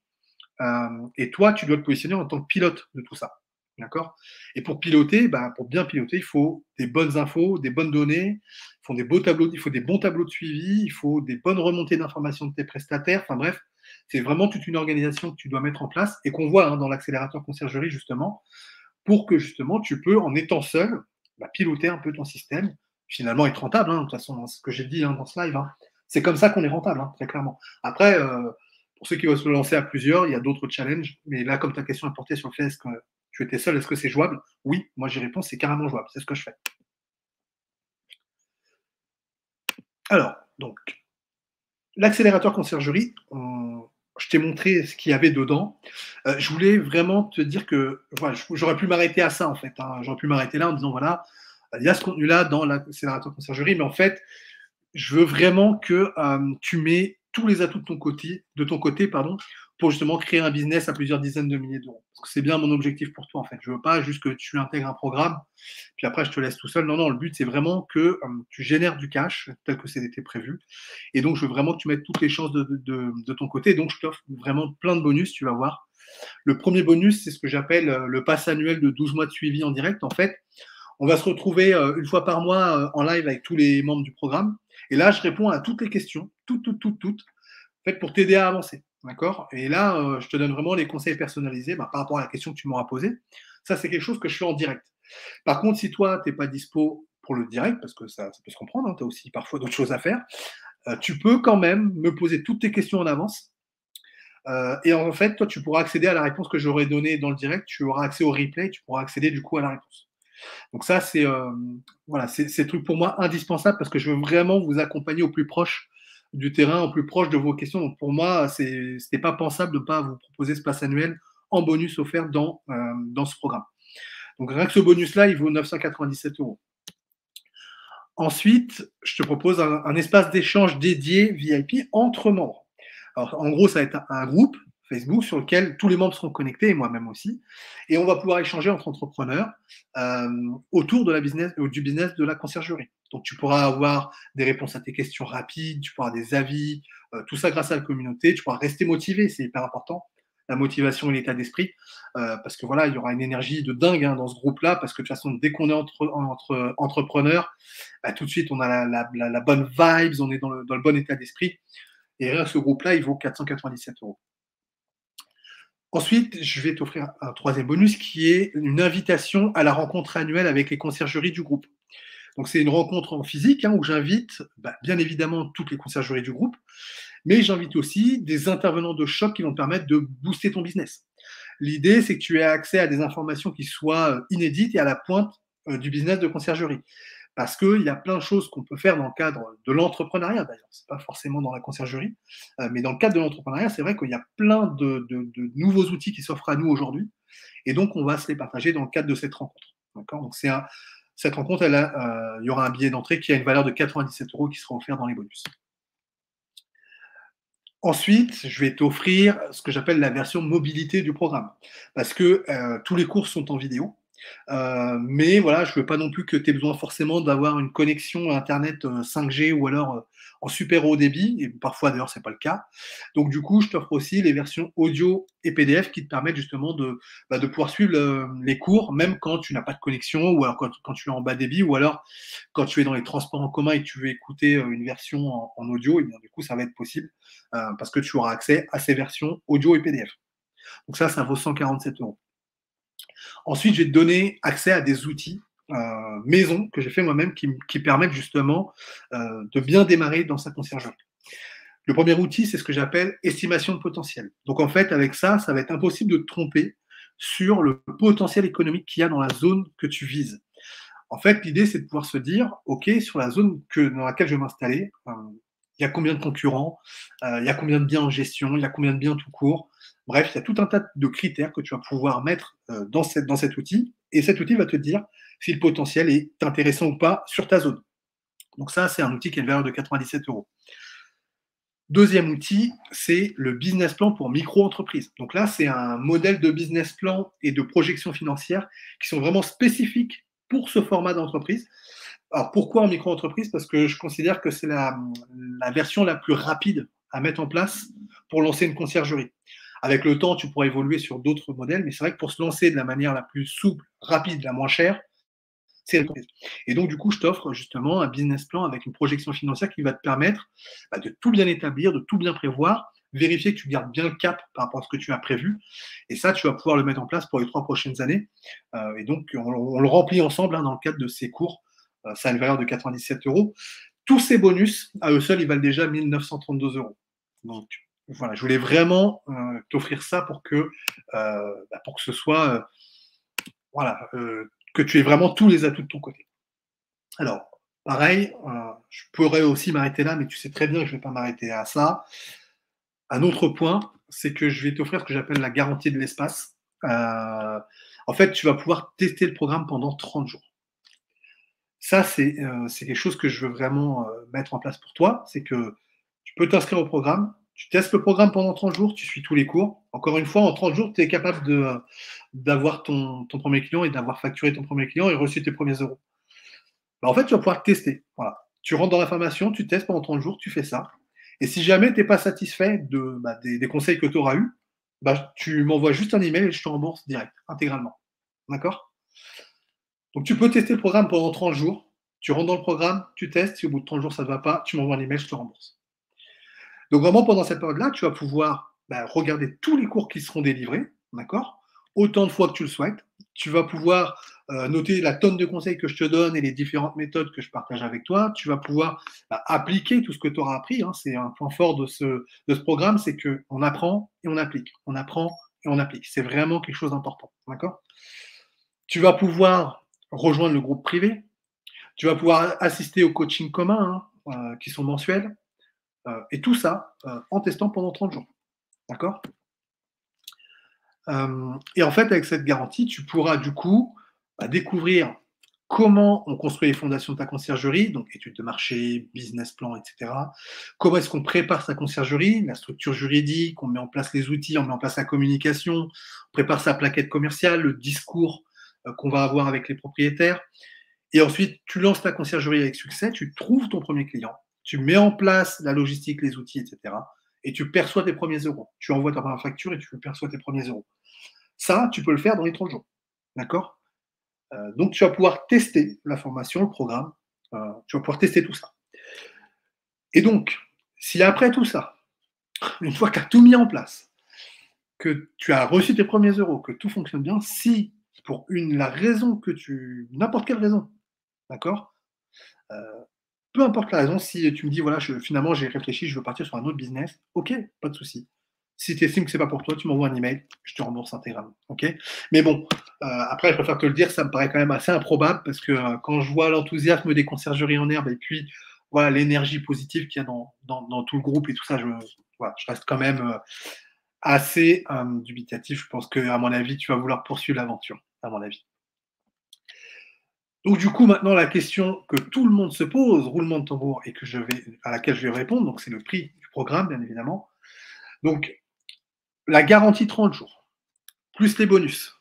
Les bonus qui valent déjà 1 932 €, hein, on l'a dit tout à l'heure. Tout ça, en fait, évidemment, tu t'en doutes, c'est pas le prix du programme, parce que je veux vraiment que le programme reste accessible au maximum de personnes qui veulent lancer leur business. Et du coup, ce programme, il sera affiché à 997 €. Donc 997 €, tu peux tester le programme, tu peux en sortir si ça ne te va pas, tu intègres le groupe, tu seras motivé, enfin bref, tout ce que je t'expliquais tout à l'heure. D'accord? Ah, une contrainte quand même, ou deux, plutôt deux contraintes. Le programme, les inscriptions au programme sont ouvertes jusqu'au 2 mai, 23h59, heure de Paris. D'accord? Donc le 2 mai, ça va être, on se donne la date bien exacte, le 2 mai, on se dit ça va être mardi de la semaine prochaine. D'accord? Donc les inscriptions vont être ouvertes jusqu'au 2 mai 23h59. Donc vous avez jusqu'au 2 mai 23h59 heure de Paris pour vous inscrire. Et en plus, je n'accueillerai que 10 personnes. Parce que je veux vraiment garder ça à taille humaine. J'ai pas envie d'avoir un programme avec 400 personnes. Alors, ça fait toujours plaisir d'avoir 400 personnes qui sont intéressées, hein, il n'y a pas de souci par rapport à ça. C'est juste que je veux vraiment vous accompagner et tout ça. Donc je prendrai que les 10 personnes. Donc s'il y a 10 personnes avant le 2 mai, eh bien tout simplement, je ferme les inscriptions. Et s'il n'y a pas encore 10 personnes, je vais jusqu'au 2 mai 23h59 et ensuite je ferme. D'accord? Alors, du coup, ne tarde pas pour t'inscrire. Donc, voici le lien pour s'inscrire. Je vais te le donner tout de suite. Je vais vous le donner tout de suite dans les commentaires. D'accord? Euh, pour que vous puissiez justement vous inscrire le plus vite possible. Hop, je le mets là. Voilà. Donc, ça, c'est le lien pour accéder donc à l'accélérateur conciergerie. Je vous laisse consulter ça tranquillement, d'accord? C'est hyper simple, hein, vous suivez les instructions. Vous pouvez régler en carte bleue, il n'y a pas de souci. Donc voilà, ne tardez pas à vous inscrire, on va jusqu'au 2 mai. Je sais que c'est un budget. Dites-vous que derrière, vous allez pouvoir lancer votre conciergerie. En 30 jours, vous allez pouvoir gagner vos premiers euros. Et je ne vous parle même pas dans 12 mois ce qui se passe, quoi. Les 997 €, vous les avez largement explosés. plus les accompagnements qui vont durer, plus les coachings communs, plus le groupe, plus la garantie. Encore une fois, je le dis, si ça ne te plaît pas, tu peux quitter le groupe, tu peux quitter le programme, il n'y a aucun problème, je te rembourse au bout de 30 jours. Donc voilà, je vous ai envoyé le lien et peut-être une dernière chose, une toute dernière chose.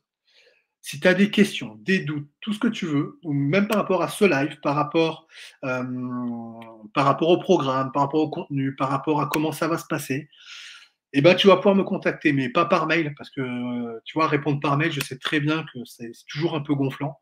Et donc, ce que je fais ce soir, c'est que je te laisse carrément mon numéro de téléphone, d'accord? Tu vas pouvoir m'appeler si tu as des questions. Donc, tu me contactes au numéro qui s'affiche là, je vais le mettre dans les commentaires aussi.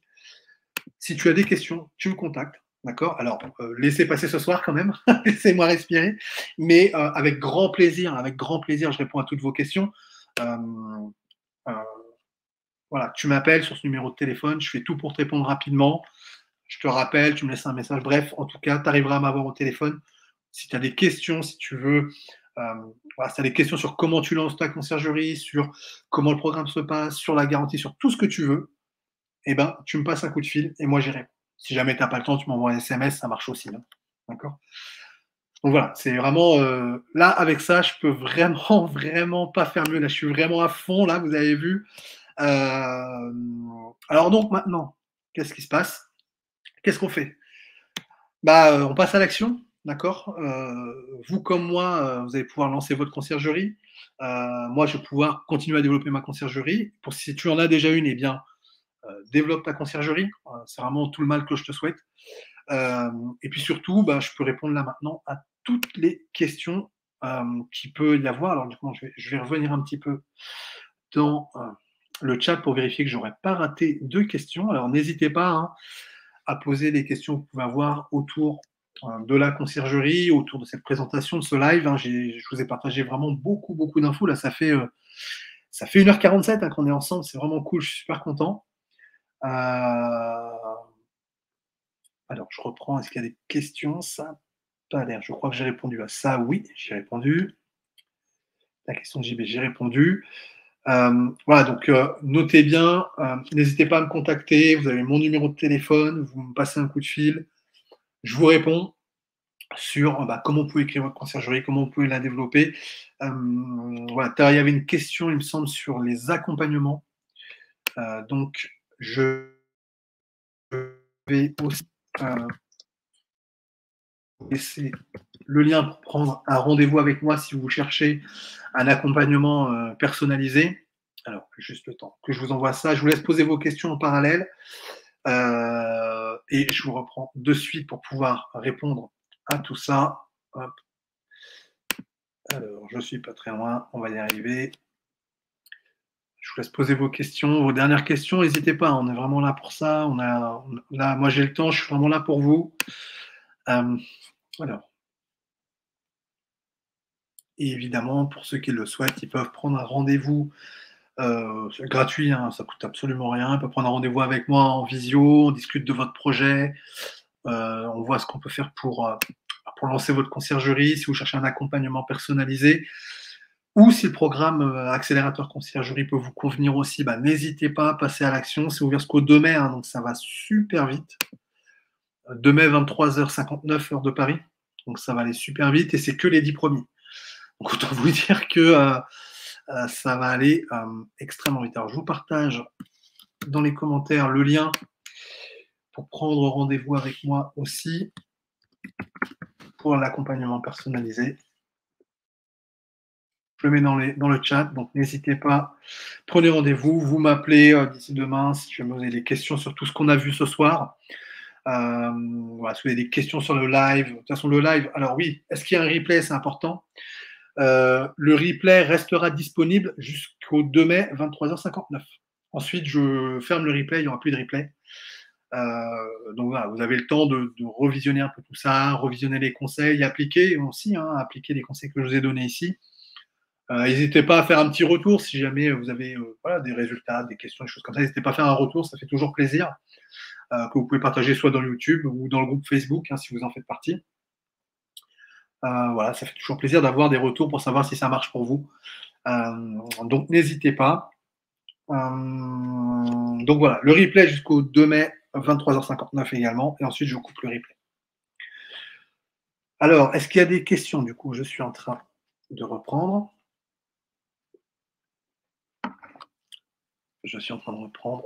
A priori, je vois pas de questions. Je vois pas de questions supplémentaires. Je me remets bien dans l'écran. Alors, non, ça a l'air d'être bon, hein, j'ai pas de questions. En tout cas, n'hésitez pas. Ouais, n'hésitez pas, c'est le moment. Je vous ai laissé donc mon numéro de téléphone. Je vous ai laissé un lien pour prendre rendez-vous avec moi si vous voulez de l'accompagnement personnalisé. On a vu ensemble les 5 erreurs, hein, dans lesquelles moi je suis tombé aussi, quand j'ai créé ma conciergerie. Et du coup, ben, comment vous pouvez vous aussi les éviter. Donc, vous aurez le replay pour visionner tout ça. Pour ceux qui arrivent éventuellement que maintenant ou qui auraient raté une partie du live, replay sera disponible donc jusqu'au 2 mai 23h59. Et ensuite, je retirerai le replay. Alors, je vois qu'il n'y a pas de questions complémentaires, donc on va s'arrêter là. On va s'arrêter là si j'ai pas plus de questions. Je pense qu'on est tout bon. Ça fait 1h51 qu'on est ensemble. Je vois qu'il n'y a plus de questions. Donc, je pense que, écoutez, les échanges ont été super denses. Moi, j'étais super ravi d'avoir fait ce live avec vous. Donc, maintenant, ben, passez à l'action, hein. Je vous laisse voilà, me contacter via mon numéro de téléphone ou en prise de rendez-vous en visio. Et puis, n'hésitez pas à rejoindre l'accélérateur conciergerie pour rejoindre le groupe et faire partie des conciergeries qui vont se lancer en 2023 et qui vont réussir. Je vous souhaite à tous une très bonne soirée et puis je vous dis à très vite dans l'accélérateur conciergerie. Allez, à bientôt. Ciao.